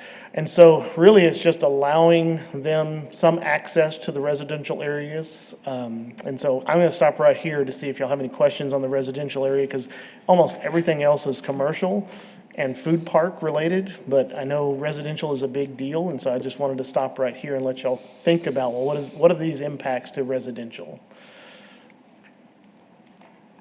Where's the number 3 times per year? Where does that come from? That came from the food truck vendors themselves. Okay. As they were talking about, because there's some that still do it. Yeah. That's normally what they get called for. They would like to do it legally instead of illegally, which is very honorable of them coming forward saying, how can we work together to make this happen? I definitely think parks should be different, even if they're zoned residential. I think that food trucks are a great thing. Yeah. Great. Definitely industrial sites during Yes. construction. Yes, definitely, we should allow them at a possible data center build site. I agree, they should be at construction sites. They would make a lot of money. Whether it's a residential construction site and you got 4 houses going up, why can't they go and serve there? Yeah. I don't know. Ms. Poole, you're going to have a question. Oh, well, you made the comment that they want to be on the same playing field as caterers in a residential area. I don't know many caterers that pull their truck up and sit there and feed people out of their truck. They take the food either inside or into a backyard for, I don't see the same thing. Or am I missing something? Well, we've seen it around town, and we've heard of folks that do that. But again, I agree, there are some that maybe they're already plated, and they just go and they put them into somebody's home. This would be like if they were able to pull into their driveway and set up there And serve out of the truck. Correct, Well, to that not- family, yes. Not been aware of that going on, so, thank you. Yeah. Okay, any other thoughts, questions? All right, well, let's move on to commercial. One of the things is remove the locate for 3 consecutive days. Now, that was tied to a mobile food permit that you could sit in one space. Well, the state law now says they must move every day. So it doesn't make any sense for us to have this local 3 consecutive days. So it gives them the impression that, oh, I can sit there for 3 days. The state laws will say you gotta be mobile every single day. And that's gonna impact some of our current mobile food units that are out there significantly. Now, If it's enforced. if it's enforced by the state. One of the things that they ask about is lowering the commercial separation distance in the right-of-way. Currently, it's 100 feet between a brick and mortar, what you'd call restaurant or bar, and where they can set up specifically in the right-of-way, not on another private piece of property, but in the right-of-way, to limit that down. The first suggestion was to remove it completely.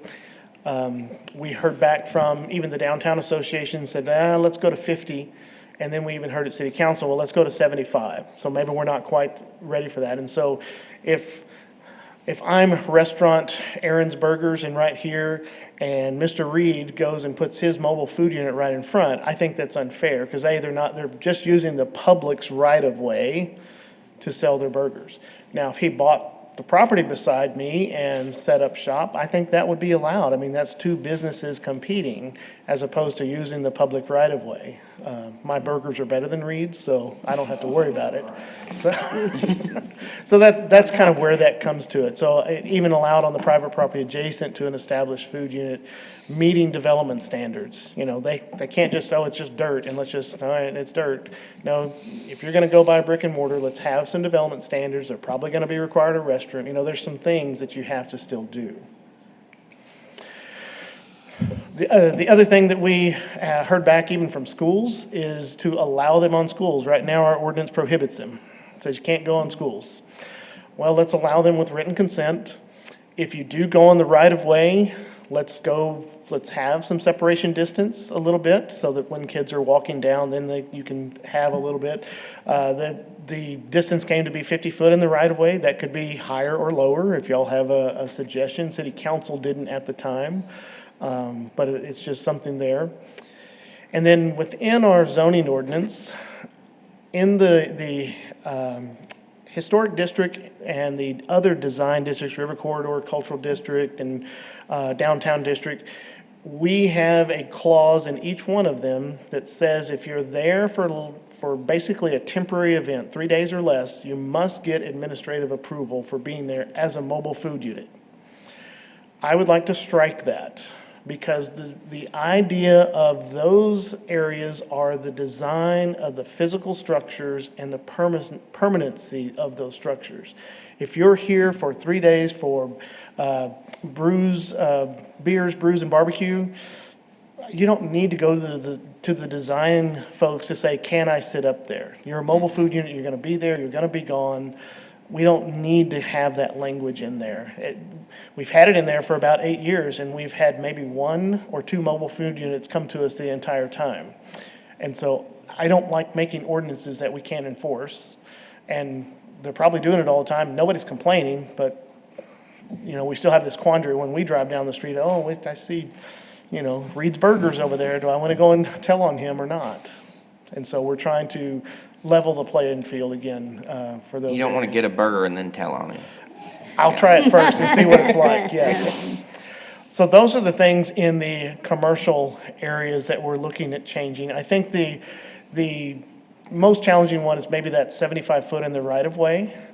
I think the one for the schools, whether that's public, private, charter, whatever, if they're on their private property with written consent, then I think they're going to take care of the safety. My worry is the safety in the right of way. Is 50 feet enough for them to, is it worth their time to go and set up there to serve kids as they're walking home from school or whatever it is? That they've talked about that. Schools have talked about that of, hey, we should have that available for them, but a lot of our schools are in the residential area, and so they still have to meet the residential requirements. And so we just want to make sure that we're trying to give them some opportunities, but still maintaining a safety around that mobile food unit when they're serving whatever population it is. Any questions on the commercial stuff? No, but I love that there's a mindset there of allowing them at schools, because I know there's been a lot of discussion about that with certain campuses being closed, and even if they're open, our current schools don't have facilities to accommodate all of our students. Right. And I think having that option is great. Yeah, and I think, you know, if the school wants them there, why would we prevent them by zoning? You're already serving food there, and as long as they've got them in a safe space, I mean, they're going to be very conscious of that. Yeah. So. Is that written consent by the individual school or the school district? I believe it reads as a school district. I can look into that to see if do you have a preference one way or the other? You might clarify when you find yes, ma'am. Whose consent that is. That's a good point, because I would assume, so like SAISD, they're probably going to have a campus-wide policy. Yeah. Is my assumption. They have a campus-wide policy, yeah. Or a district-wide policy, I should say. Mm-hmm. But yes, I think we'll clarify that in the language and see what's the best option there. Good. My comment is, if you go back a page, I think, Aaron, that lower the commercial separation distance in the right-of-way to 75 feet. My only comment with that is, does that apply if the brick and mortar is closed?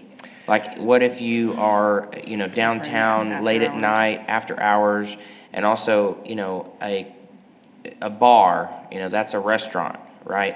Yes. Well, they may not serve food. Correct.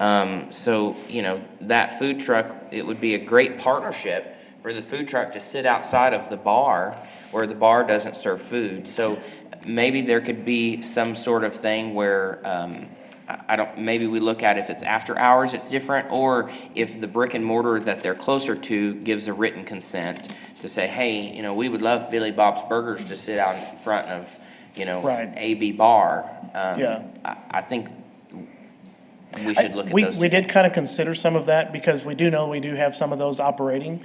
And some of them are really on private property. They're not in the right of way and they kind of have written permission by that person. The challenging part is just the quirkiness of the bureaucracy of government. The government oversees that right of way and what can and can't really go there. And business A can't really dictate, well, I really want him to come and park right there. And so we have to write it in a way that, all right, what does that make sense? At the same time, I guarantee you, there's nobody that has a tape measure that's going out there and saying, well, I'm exactly 100 feet away from this person.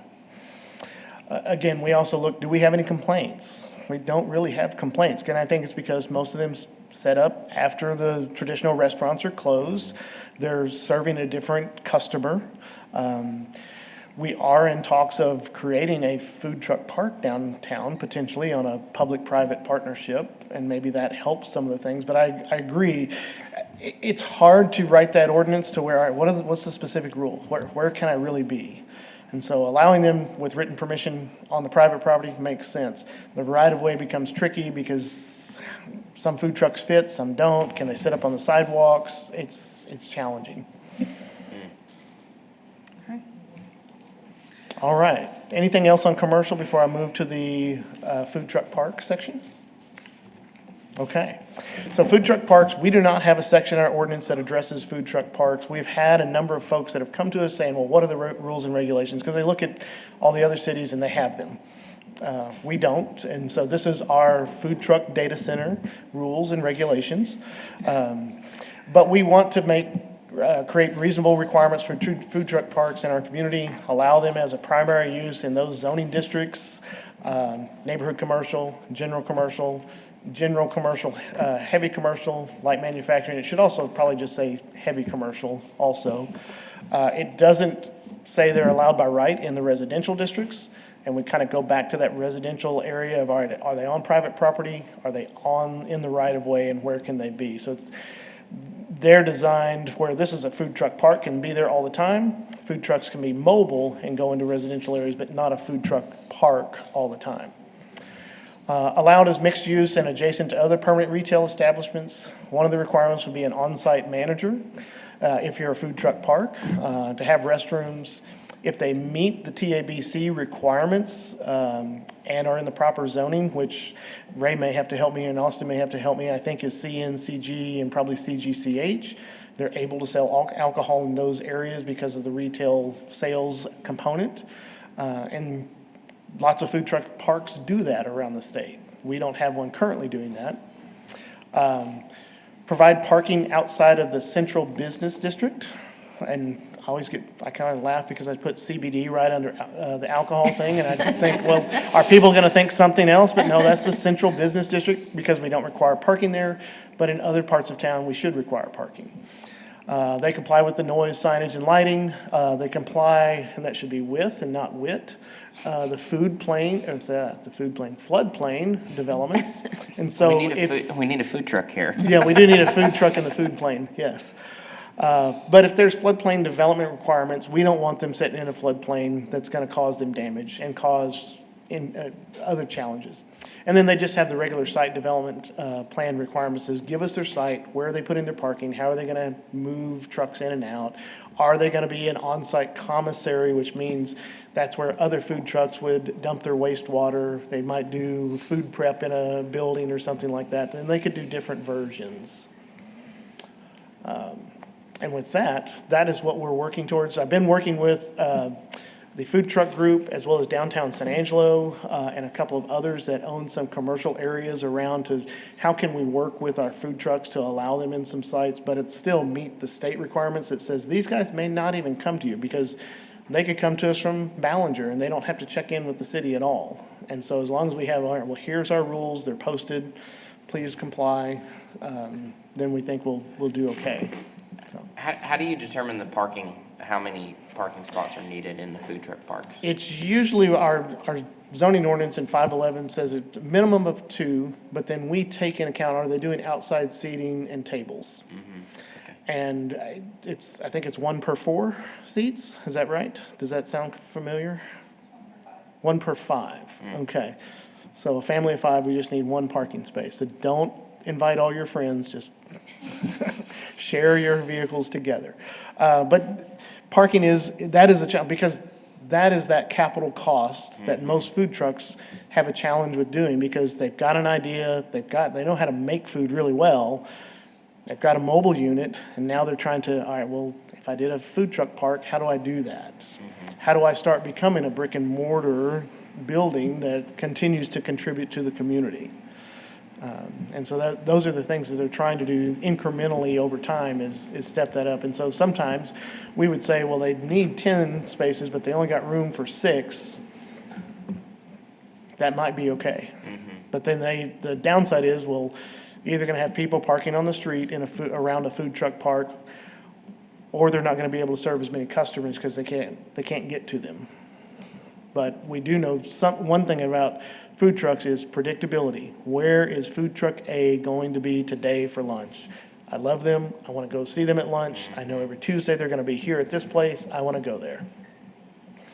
What's the restroom situation? I mean, how, are they only open during food truck hours? I'm assuming they're portable restrooms? Well, they probably would have to get permanent restrooms at some point through the development. Okay. And that's really managed under the building code of what all are they going to do. You know, is it a food truck park that, okay, we're only gonna let food trucks, their design is we're only gonna do food trucks from 11 o'clock till 2:30, and then they're gone. They're there and gone. We don't need anything else. There might be an option for portable toilets at that point. Okay. It depends on their permanency, but, yeah. I know I've talked about food, and I'm hoping nobody's hungry since it's past lunch. But we plan on bringing all of these 3 initiatives back to our joint meeting. We'll have all the background in the data on Civic Clerk or Civic Plus and stuff, and then Ray will be sending that out early so you can look at the actual ordinance changes, and then we'll have kind of a summary page on the front of each one of those to talk through what it is that we've changed. So, okay, with that, I will turn it back to you. Okay. All right, the next regular meeting of the Planning Commission is scheduled to begin on Monday, April 20th, 2026 at 9 a.m. in the East Mezzanine in City Hall at 72 West College Avenue. And a joint meeting of the Planning Commission and City Council is scheduled to begin on Tuesday, April 21st, 2026 at 8:30 a.m. in the City Council chamber at the McNeese Convention Center at 501 Rio Concho Drive. And with that, may I have a motion to adjourn? Second. Okay. Motion is a real quick one. With that, meeting adjourned. I appreciate, again, staff, all your hard work on everything we went over today. Public, thank you so much for coming out and voicing your opinions, and we will see you next month. Thank you.